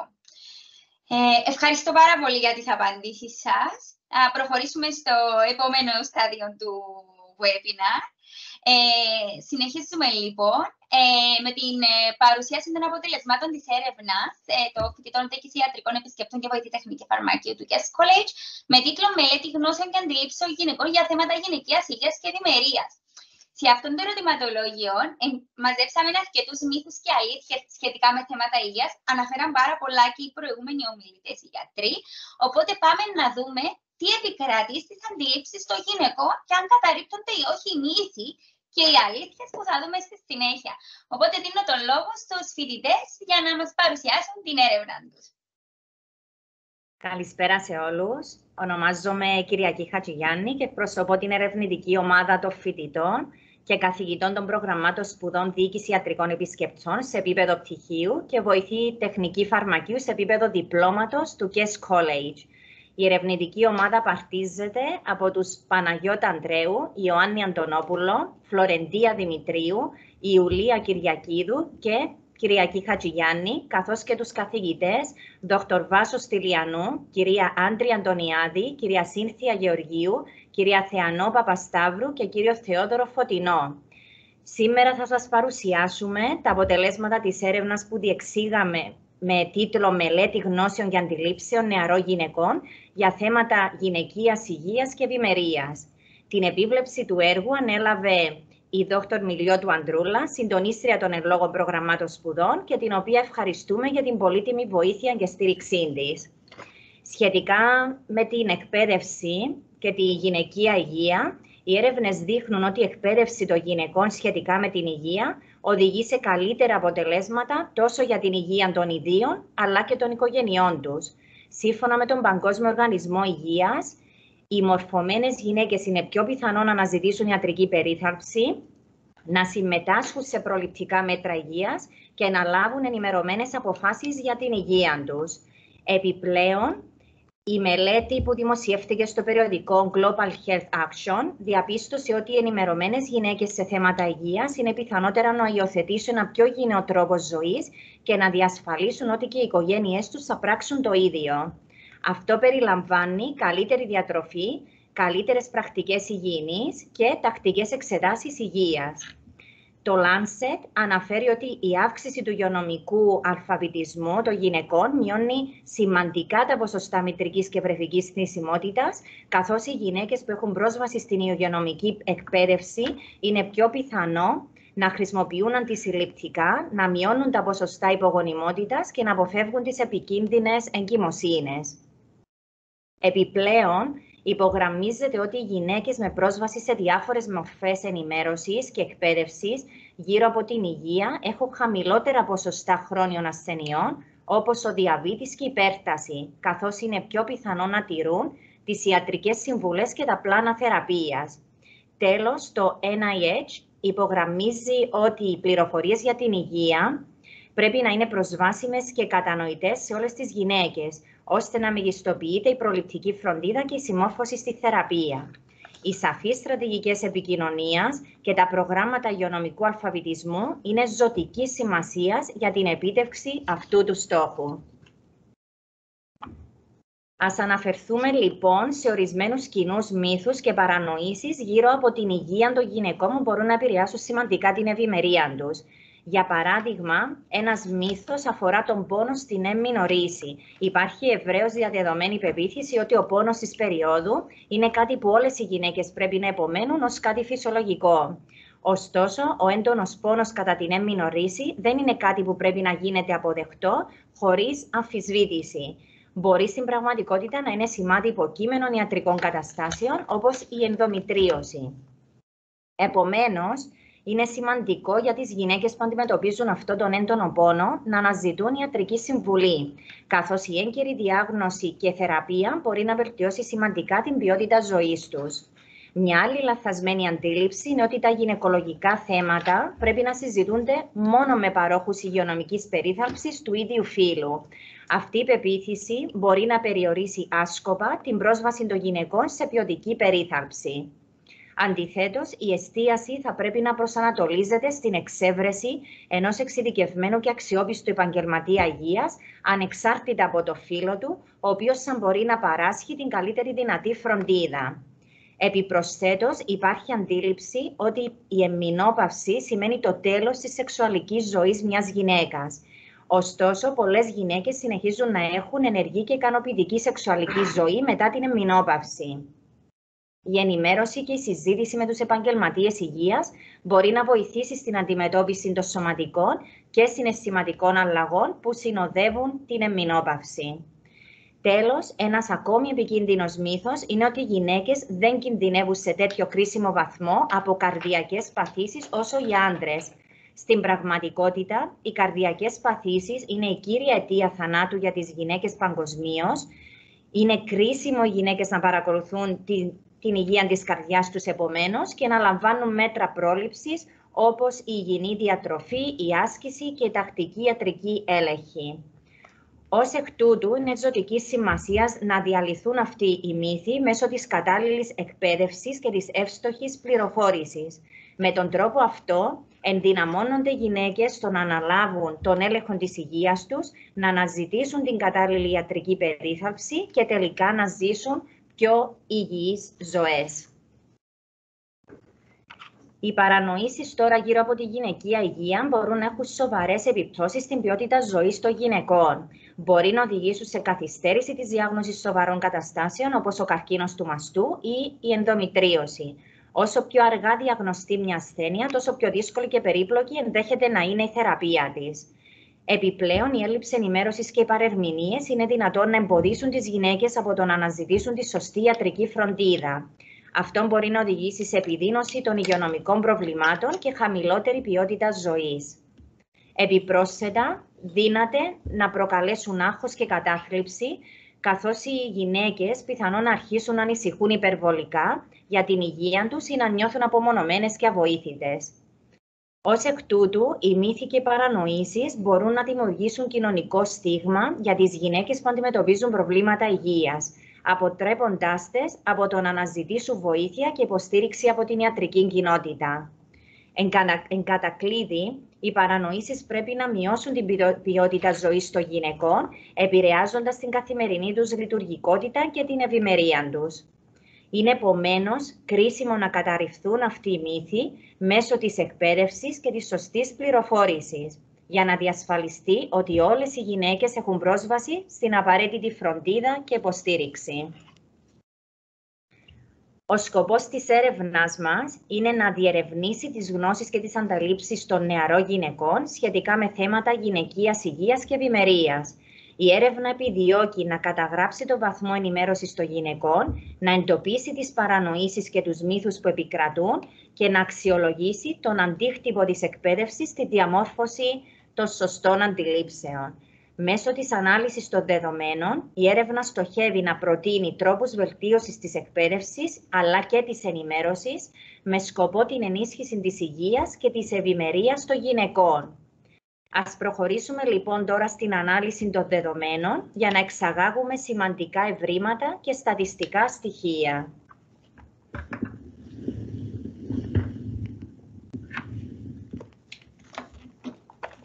Καλησπέρα και από μένα. Ονομάζομαι Ιουλία Κυριακίδου. Είμαι φοιτήτρια στο πρόγραμμα σπουδών Διοίκηση Ιατρικών Επισκεπτών και μόλις έχω ολοκληρώσει το δεύτερο χρόνο σπουδών μου. Μαζί θα δούμε τα χαρακτηριστικά της έρευνας που διεξάχθηκαν από την ομάδα μας. Αρχικά, να αναφέρουμε ότι δημιουργήθηκε ένα ερωτηματολόγιο το οποίο ήταν σε ηλεκτρονική μορφή. Το διάστημα διανομής του ερωτηματολογίου ήταν για 2 μήνες, από τον Απρίλιο μέχρι τον Μάιο του 2024. Το ερωτηματολόγιο απευθύνεται σε γυναίκες άνω των 18 ετών και συμπληρώθηκε από 255 άτομα από την Κύπρο και κυρίως φοιτήτριες από το κολέγιό μας. Τα δεδομένα που έχουμε συλλέξει περιλαμβάνουν πληροφορίες σχετικά με την ηλικία, την επαγγελματική κατάσταση, την οικογενειακή κατάσταση, το μορφωτικό επίπεδο και τις πηγές ενημέρωσης των νεαρών γυναικών για θέματα γυναικείας υγείας. Επίσης, υπάρχουν ερωτήσεις για την επάρκεια της ενημέρωσης, τις αντιλήψεις για διάφορους μύθους και παρανοήσεις και τις απόψεις για την νομοθεσία περί άδειας εμμηνουρήσεως και δυσμηνόριας. Ας προχωρήσουμε στα αποτελέσματα που εξάχθηκαν από την έρευνα αυτή. Ξεκινώντας από τα δημογραφικά στοιχεία της έρευνάς μας, αρχικά και όπως αναφέραμε, συμμετείχαν άτομα από 18 μέχρι και άνω των 56 ετών, με τα μεγαλύτερα ποσοστά να συγκεντρώνονται σε ηλικία από 18 μέχρι 35 ετών. Η πλειοψηφία προέρχεται από τη Λευκοσία με ποσοστό 48,7% και το υπόλοιπο ποσοστό κατανέμεται στις άλλες πόλεις της Κύπρου. Οι περισσότεροι συμμετέχουσες ήταν ιδιωτικοί υπάλληλοι με ποσοστό 69,1%, χωρίς αυτό να αποκλεί ότι πρόκειται για φοιτήτριες που εργάζονται παράλληλα. Τέλος, αναφορικά με το μορφωτικό επίπεδο των συμμετέχοντων, έλαβαν μέρος και άτομα από όλα τα επίπεδα με την πλειοψηφία να είναι είτε άτομα που κατέχουν πτυχίο είτε και μεταπτυχιακό. Ας δούμε ποιες είναι οι κύριες πηγές ενημέρωσης των συμμετοχόντων για θέματα γυναικείας υγείας. Το παραπάνω γράφημα δείχνει ότι οι κυριότερες πηγές ενημέρωσης για θέματα γυναικείας υγείας μεταξύ των συμμετοχόντων είναι ο γυναικολόγος να κατέχει το μεγαλύτερο ποσοστό στο 45%. Ένα αρκετά ανησυχητικό γεγονός είναι ότι το 48,8% ενημερώνεται από το διαδίκτυο και τα μέσα μαζικής επικοινωνίας. Αυτές οι πληροφορίες είναι σημαντικές για την κατανόηση του πού αντλούν οι γυναίκες τις πληροφορίες τους και πώς μπορεί να βελτιωθεί η πρόσβαση σε έγκυρη και αξιόπιστη πληροφόρηση. Ακολούθως, ας εξετάσουμε την επάρκεια της ενημέρωσης για τα θέματα γυναικείας υγείας σύμφωνα με τις απόψεις των συμμετοχόντων. Το παραπάνω γράφημα δείχνει την αντίληψη των συμμετοχόντων για την επάρκεια της ενημέρωσης και της εκπαίδευσης των νεαρών γυναικών σε θέματα γυναικείας υγείας και το εκπαιδευτικό σύστημα στην Κύπρο. Οι περισσότερες συμμετέχουσες θεωρούν ότι η ενημέρωση είναι ανεπαρκής, ελάχιστη ή μέτρια. Κάτι που υποδεικνύει την ανάγκη για βελτίωση της εκπαίδευσης σε αυτόν τον τομέα. Ένα σημαντικό ποσοστό, 1 στις 2 γυναίκες πιστεύει ότι θα έπρεπε να επισκέπτεται πιο συχνά τον γυναικολόγο της. Ενώ οι κυριότεροι λόγοι που τα αμελεί είναι η έλλειψη χρόνου, ο φόβος ή η απλή αμέλεια. Τα συγκεκριμένα διαγράμματα προσφέρουν πολύ ενδιαφέροντα συμπεράσματα εάν τα αναλύσει κανείς με βάση τις ηλικιακές ομάδες. Αναφορικά με τις νεότερες γυναίκες 18 έως 25 ετών, υψηλό ποσοστό 34,2 δεν έχει υποβληθεί ποτέ σε τεστ Παπα-Νικολάου. Η πλειοψηφία κάνει το τεστ κάθε 1 έτος με ποσοστό 55,3%. Αναφορικά με τις γυναίκες ηλικίας 26 έως 45 έτη, οι περισσότερες γυναίκες σε αυτές τις ηλικιακές ομάδες κάνουν το τεστ κάθε 1 έτος με ποσοστό 56,5% για 26 έως 35 ετών και με ποσοστό 62,3% για 36 έως 45 ετών. Επιπλέον, ένα σημαντικό ποσοστό κάνει το τεστ κάθε 2 έτη με ποσοστό 30,4% για 26 έως 35 ετών και ποσοστό 17,4% για 36 έως 45 ετών. Μεγαλύτερης ηλικίας γυναίκες, 46 ετών και άνω, σχεδόν όλες οι γυναίκες κάνουν το τεστ κάθε 1 ή 2 έτη. Κανένα ποσοστό δεν αναφέρει ότι δεν έχει κάνει ποτέ το τεστ σε αυτές τις ηλικιακές ομάδες. Συμπερασματικά, οι νεότερες γυναίκες φαίνεται να το αμελούν το τεστ Παπα-Νικολάου περισσότερο σε σχέση με τις μεγαλύτερες ηλικιακές ομάδες. Η ενημέρωση και πρόσβαση στις υπηρεσίες υγείας φαίνεται να βελτιώνεται με την ηλικία, καθώς οι μεγαλύτερες ηλικιακές ομάδες είναι πιο συνεπείς στην διενέργεια των τεστ. Σχετικά υψηλό ποσοστό γυναικών όλων των ηλικιακών ομάδων αναφέρεται ότι έκανε το τεστ Παπα-Νικολάου άμεσα μετά από την πρώτη σεξουαλική επαφή. Αυτό υποδηλώνει καλή ενημέρωση και προληπτική συμπεριφορά σχετικά με την υγεία τους. Υπάρχει ένα σημαντικό ποσοστό γυναικών που καθυστέρησαν να κάνουν το τεστ Παπα-Νικολάου, ιδίως στην ηλικιακή ομάδα των γυναικών που είναι τώρα από 36 μέχρι 45 ετών, όπου το 37,7% έκανε το τεστ σε διάστημα άνω των 2 ετών μετά από την πρώτη σεξουαλική επαφή. Συνοψίζοντας, όπως αναφέρθηκε πιο πάνω, παρατηρείται ένα ανησυχητικά υψηλό ποσοστό στην ηλικιακή ομάδα των 18 έως 25 ετών που δεν έχει υποβληθεί ποτέ σε τεστ Παπα-Νικολάου. Αυτό μπορεί να οφείλεται σε έλλειψη ενημέρωσης, φόβο ή οικονομικούς περιορισμούς. Κλείνοντας, οι μεγαλύτερες ηλικιακές ομάδες 26 ετών και άνω παρουσιάζουν πολύ χαμηλά ποσοστά γυναικών που δεν έχουν κάνει ποτέ το τεστ, υποδεικνύοντας καλύτερη ενημέρωση και πρόσβαση στις απαραίτητες ιατρικές υπηρεσίες.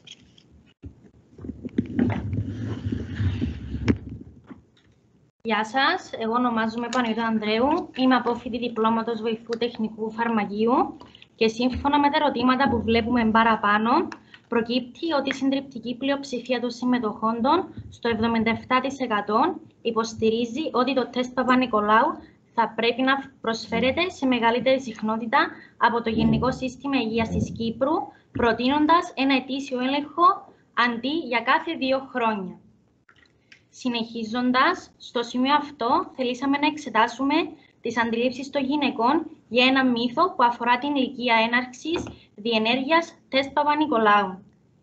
Στην προκαταρκτική έρευνα που κάναμε, μας αναφέρθηκε ότι κάποιες νεαρές φοιτήτριες έχουν συμβουλευθεί να ξεκινήσουν τον έλεγχο με τεστ Παπα-Νικολάου μετά τα 25 έτη, ανεξάρτητα εάν έχουν σεξουαλικές επαφές πριν από την ηλικία αυτή.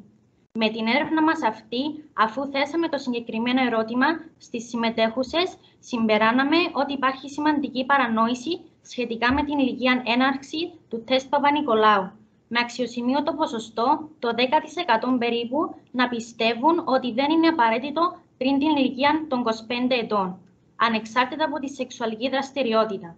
Αυτά τα αποτελέσματα επισημάνουν την ανάγκη για συνεχή εκπαίδευση και ενημέρωση σχετικά με τα θέματα υγείας, ώστε να καταρριφθούν οι παρανοήσεις και να υιοθετηθούν οι βέλτιστες πρακτικές πρόληψης και φροντίδας. Οι πιο δημοφιλείς μεθόδοι αντισύλληψης είναι το προφυλακτικό και τα αντισυλληπτικά χάπια. Επίσης, φαίνονται να είναι πολύ σημαντικό ποσοστό, το περίπου 30%, δεν ακολουθεί κάποια μέθοδο αντισύλληψης. Οι περισσότεροι συμμετέχοντες, 62,8%, θεωρούν ότι είναι αρκετά έως πάρα πολύ ενημερωμένοι για την αποτελεσματικότητα των μέθοδων αντισύλληψης γενικότερα. Γεγονός που δείχνει ότι οι πληροφορίες που έχουν λάβει είναι ικανοποιητικές για αυτούς. Ωστόσο, ένα ποσοστό 36,1% θεωρεί ότι είναι μέτρια ή λιγότερο ενημερωμένοι, κάτι που υποδεικνύει περιθώρια βελτίωσης στην ενημέρωση. Η ενημέρωση σχετικά με τις ανεπιθύμητες ενέργειες είναι πιο κατανεμημένη, με το 52,3% των συμμετοχόντων να θεωρούν ότι είναι μέτρια ή περισσότερο ενημερωμένοι και το 47,7% να θεωρούν ότι είναι λίγο ή καθόλου ενημερωμένοι. Αυτό δείχνει ότι υπάρχει σημαντικός αριθμός ατόμων που αισθάνονται ανεπαρκώς ενημερωμένοι για τον κίνδυνο που συνδέονται με τη μέθοδο αντισύλληψης. Το προφυλακτικό φαίνεται να είναι η μέθοδος για την οποία υπάρχει η μεγαλύτερη ενημέρωση, η πόρουσα αποτελεσματικότητας και ανεπιθύμητων ενεργειών ή κινδύνων. Ωστόσο, υπάρχει σημαντική ανάγκη για βελτίωση της ενημέρωσης, ιδιαίτερα για τις λιγότερο γνωστές μεθόδους, όπως η δεκεκομμένη επαφή και το ενδομήτριο σπήραμα σπιράλ. Αναφορικά με τα αντισυλληπτικά, εξετάσαμε επίσης την αντισύλληψη των γυναικών με πολύ ενδιαφέροντα συμπεράσματα. Η πλειοψηφία των συμμετοχόντων, 67%, πιστεύει ότι η χρήση αντισυλληπτικών μπορεί να επηρεάσει αρνητικά τη διάθεσή τους, ενώ ένα μικρό ποσοστό, 8,9%, διαφωνεί.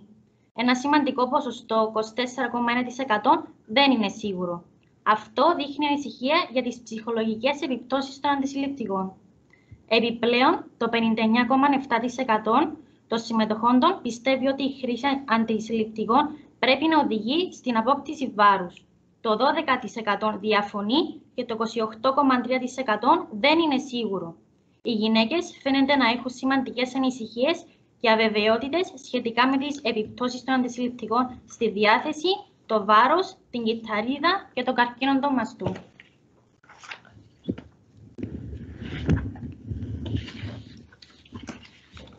Χαίρετε, ονομάζομαι Φλωρεντία Δημητρίου, είμαι απόφοιτη διπλώματος βοηθού τεχνικού φαρμακείου. Συνεχίζω αναφέροντας πως η πλειοψηφία των συμμετόχων, 48,2%, δεν είναι σίγουρη αν η χρήση αντισυλληπτικών μπορεί να οδηγήσει στη δημιουργία κυτταρίτιδας. Το 35,1% πιστεύει ότι δεν οδηγεί στην δημιουργία κυτταρίτιδας, ενώ το 18,8% πιστεύει ότι μπορεί να το προκαλέσει. Αυτό δείχνει σύγχυση ή έλλειψη πληροφόρησης σχετικά με αυτό το ζήτημα. Η πλειοψηφία δεν είναι σίγουρη αν η χρήση αντισυλληπτικών μπορεί να οδηγήσει στην ανάπτυξη καρκίνου του μαστού, με το ποσοστό να είναι σχεδόν ίσα για εκείνους που πιστεύουν ότι μπορεί και εκείνους που πιστεύουν ότι δεν μπορεί. Αυτό υποδεικνύει την ανάγκη για περισσότερη εκπαίδευση και πληροφόρηση για τις μακροπρόθεσμες επιπτώσεις των αντισυλληπτικών. Ως συνολική εκτίμηση, οι γυναίκες φαίνεται να έχουν σημαντικές ανησυχίες και αβεβαιότητες σχετικά με τις επιπτώσεις των αντισυλληπτικών στη διάθεση, το βάρος, την κυτταρίτιδα και τον καρκίνο του μαστού. Οι γυναίκες φαίνεται να είναι πιο βέβαιες για τις επιπτώσεις που έχουν προσωπικά παρατηρήσει ή που είναι ευρέως γνωστές και συζητιούνται, όπως η αύξηση βάρους και οι αλλαγές στη διάθεση. Υπάρχει μεγαλύτερη αβεβαιότητα για τις επιπτώσεις που είναι λιγότερο σαφείς ή δεν έχουν ισχυρή επιστημονική τεκμηρίωση, όπως η κυτταρίτιδα και ο καρκίνος του μαστού. Ο καρκίνος του μαστού είναι μια σύνθετη ασθένεια με πολλούς παράγοντες κινδύνου και η σύνδεση με τα αντισυλληπτικά δεν είναι απόλυτα σαφής. Η κυτταρίτιδα επίσης μπορεί να οφείλεται σε πολλούς παράγοντες, όπως η γενετική και η διατροφή και όχι μόνο στη χρήση αντισυλληπτικών. Η χρήση της επίγουσας αντισύλληψης είναι σχετικά διαδεδομένη με το 43,5% των συμμετόχων να την έχουν χρησιμοποιήσει. Αυτό υποδεικνύει ότι πολλές γυναίκες θεωρούν το χάπι της επόμενης μέρας ως μια ασφαλή επιλογή σε περιπτώσεις ανάγκης. Η πλειοψηφία των συμμετόχων δεν συνδέει τη χρήση του χαπιού της επόμενης μέρας με τη στηρότητα, κάτι που δείχνει ότι υπάρχει μια γενικά καλή ενημέρωση σχετικά με την ασφάλεια του χαπιού σε αυτό το θέμα. Ωστόσο, το γεγονός ότι ένα σημαντικό ποσοστό, 30,9%, πιστεύει ότι υπάρχει κίνδυνος στηρότητας, υποδεικνύει την ανάγκη για περαιτέρω εκπαίδευση και ενημέρωση. Αναφορικά με το σύνδρομο πολικυστικών οθικών, η πλειοψηφία των γυναικών το γνωρίζει. Επιπλέον, ένα σημαντικό ποσοστό έχει διαγνωστεί με το σύνδρομο, κάτι που υποδηλώνει τη συχνότητα της πάθησης στο γυναικείο πληθυσμό. Οι γυναίκες που έχουν διαγνωστεί με σύνδρομο το αντιμετωπίζουν με διαφόρους τρόπους συμπεριλαμβανομένης της φαρμακευτικής αγωγής, αντισυλληπτικά χάπια στο 55%, της αλλαγής στον τρόπο ζωής με διατροφή και γυμναστική, αλλά και άλλο θεραπευτικό μεθόδο. Πάμε τώρα να δούμε ένα ακόμα μύθο ή αλήθεια. Η πλειοψηφία των γυναικών πιστεύει ότι το σύνδρομο πολικυστικών οθικών συνδέεται με την υπογονιμότητα, κάτι που είναι επιστημονικά τεκμηριωμένο. Η ερώτηση «Γνωρίζετε για τη δυσμηνόρια?» δείχνει ότι η πλειοψηφία των γυναικών γνωρίζει τι είναι η δυσμηνόρια. Αυτό υποδηλώνει ότι η ενημέρωση για αυτή την πάθηση είναι σχετικά καλή. Η ερώτηση «Πάσχετε από δυσμηνόρια?» δείχνει ότι πολλές γυναίκες πάσχουν από αυτή την πάθηση, κάτι που υπογραμμίζει τη συχνότητα του προβλήματος στις γυναίκες αναπαραγωγικής ηλικίας. Επιπλέον, οι περισσότερες γυναίκες αντιμετωπίζουν τη δυσμηνόρια με παυσίπονα. Τέλος, οι περισσότερες γυναίκες θεωρούν ότι η δυσμηνόρια επηρεάζει σημαντικά την ποιότητα ζωής τους. Αυτό υπογραμμίζει τη σοβαρότητα της πάθησης και την ανάγκη για αποτελεσματική αντιμετώπιση.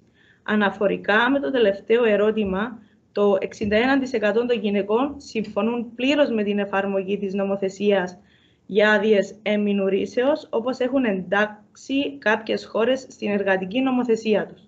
Το 17% συμφωνεί με μεγάλο βαθμό, ενώ συνολικά το 70% των γυναικών συμφωνεί με κάποιο βαθμό με την εφαρμογή της νομοθεσίας. Η υψηλή υποστήριξη της νομοθεσίας υποδεικνύει ότι οι γυναίκες αναγνωρίζουν την ανάγκη για υποστήριξη και διευκολύνσεις κατά τη διάρκεια της έμμηνους ρήσεως, ειδικά όταν αυτή είναι επώδυνη. Καλησπέρα και από εμένα. Ονομάζομαι Αντωνόπουλος Ιωάννης. Είμαι φοιτητής στην Διοίκηση Ιατρικών Επισκεπτών Υγείας. Συνεχίζοντας, θα αναφερθώ στα πιο κάτω συμπεράσματα, όπου και καταλήξαμε. Όπως αναφέραμε, η έρευνα εξέτασε τις αντιλήψεις των γυναικών γύρω από μύθους ή αλήθειες που εντοπίσαμε. Όπως για παράδειγμα, ότι οι γυναίκες δεν πρέπει να υποβάλλονται σε τεστ Παπα-Νικολάου πριν την ηλικία των 25 ετών, ανεξάρτητα από τη σεξουαλική δραστηριότητα. Αυτό είναι ένας μύθος. Οι κατευθυντήριες γραμμές διαφέρουν ανάλογα με τη χώρα. Αλλά γενικά συνίσταται οι γυναίκες να αρχίζουν να κάνουν τεστ Παπα-Νικολάου από την ηλικία των 21 ετών ή 3 έτη μετά την έναρξη της σεξουαλικής δραστηριότητας. Όποιο από τα δύο συμβεί πρώτο. Η χρήση αντισυλληπτικών επηρεάζει αρνητικά τη διάθεση.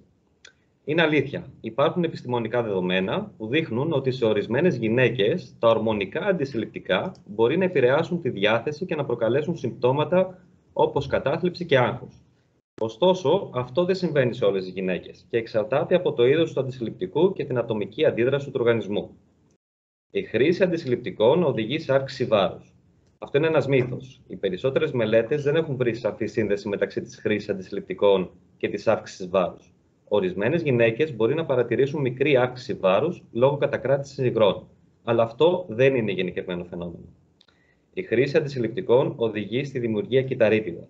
Ακόμα ένας μύθος. Δεν υπάρχουν επιστημονικά δεδομένα που να υποστηρίζουν ότι τα αντισυλληπτικά προκαλούν κυταρίτιδα. Η κυταρίτιδα συνδέεται περισσότερο με γενετικούς παράγοντες, τη διατροφή αλλά και τον τρόπο ζωής. Η χρήση αντισυλληπτικών οδηγεί στην ανάπτυξη καρκίνου του μαστού. Είναι μύθος, αλλά με κάποιες εξαιρέσεις. Ορισμένες μελέτες έχουν δείξει ότι υπάρχει μια μικρή αύξηση του κινδύνου για καρκίνο του μαστού με τη χρήση ορμονικών αντισυλληπτικών. Ιδιαίτερα σε γυναίκες που τα χρησιμοποιούν για πάρα πολλά χρόνια ή ξεκίνησαν να τα χρησιμοποιούν σε νεαρή ηλικία.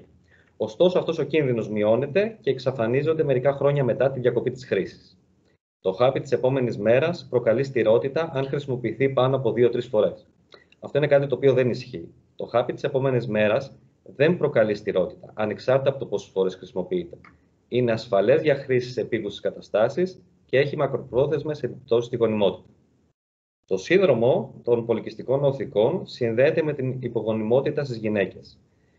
Το σύνδρομο λοιπόν αυτό είναι μια κοινή ορμονική διαταραχή στις γυναίκες αναπαραγωγικής ηλικίας και είναι μία από τις κύριες αιτίες υπογονιμότητας.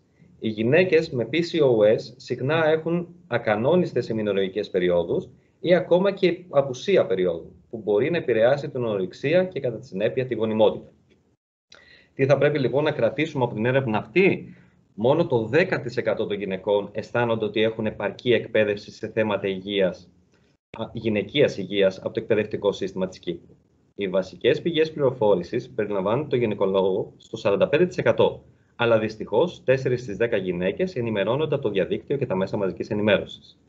Πολλές γυναίκες δεν επισκέπτονται τακτικά το γυναικολόγο τους για προληπτικές εξετάσεις και τεστ Παπα-Νικολάου, υποδεικνύοντας την ανάγκη για ευαισθητοποίηση σχετικά με τη σημασία των τακτικών ιατρικών επισκέψεων. Οι περισσότερες γυναίκες χρησιμοποιούν προφυλακτικό ως μέσο αντισύλληψης, αλλά υπάρχει ανάγκη για βελτίωση της ενημέρωσης σχετικά με τις διάφορες μεθόδους αντισύλληψης και τις ανεπιθύμητες ενέργειές τους. Υπάρχει όμως και ένα ανησυχητικό ποσοστό που 3 στις 10 γυναίκες δεν χρησιμοποιούν κανένα μέσο αντισύλληψης. Επιπλέον, η δυσμηνόρεια επηρεάζει σημαντικά την ποιότητα ζωής των γυναικών και πολλές από αυτές αναζητούν διάφορους τρόπους αντιμετώπισης, υπογραμμίζοντας την ανάγκη για καλύτερη ιατρική υποστήριξη και ενημέρωση. Το σύνδρομο των πολικυστικών οθικών είναι γνωστό στις περισσότερες γυναίκες, με σημαντικό ποσοστό, 7 στις 10, να έχει διαγνωστεί με αυτό και να αναγνωρίζει τη σύνδεσή του με την υπογονιμότητα, υποδεικνύοντας έτσι την ανάγκη για συνεχή έρευνα και υποστήριξη. Υπάρχει υψηλή υποστήριξη για την νομοθεσία που παρέχει άδειες έμεινους ρήσεως, με πολλές γυναίκες να γνωρίζουν την ανάγκη για τέτοιου είδους διευκολύνσεις στο εργασιακό τους χώρο, ιδιαίτερα για όσες υποφέρουν από επώδυνη έμεινη ρίση. Σας ευχαριστούμε λοιπόν για την προσοχή σας και θα χαρούμε πολύ να απαντήσουμε σε όλες σας τις ερωτήσεις.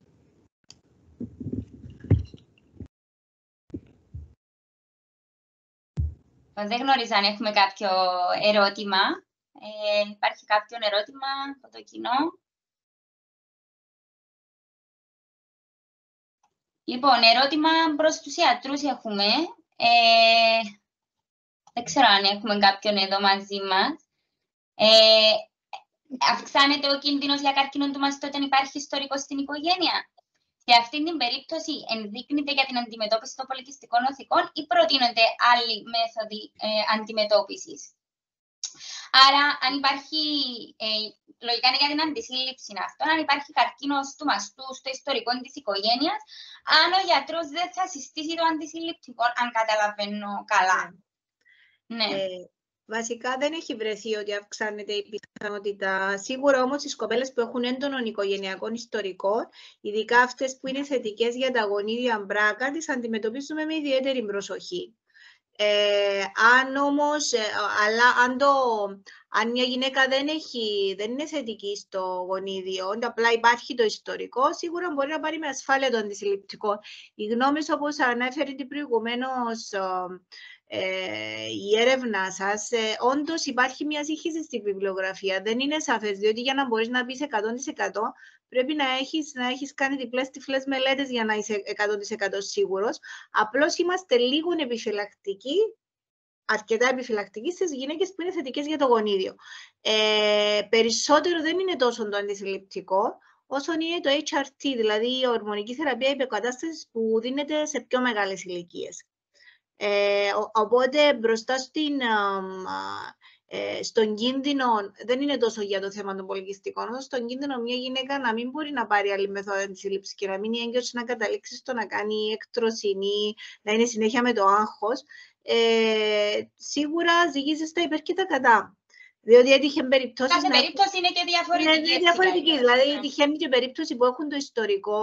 Να σας πω το ανάποδο, που για την ορμονική θεραπεία είναι υποκατάσταση. Έχουν έντονο ιστορικό, αλλά υποφέρουν τόσο πολύ, που αγνοούν και τον ελάχιστο κίνδυνο που υπάρχει, που είναι λίγο πιο αυξημένο σε αυτές, να εκδηλωθεί ο καρκίνος τους, αν είναι, ας πούμε, έντονο το οικογενειακό ιστορικό και θέλουν τη θεραπεία για τον λόγο ότι υποφέρουν. Άρα, και αυτό ζυγίζει στα υπέρ. Κάθε κοπέλα είναι εξατομικευμένη. Γενικά, πάντα τις κοπέλες με ιστορικό τις αντιμετωπίσουμε λίγο πιο σκεπτικιστικά όσον αφορά το τι θα δώσουμε.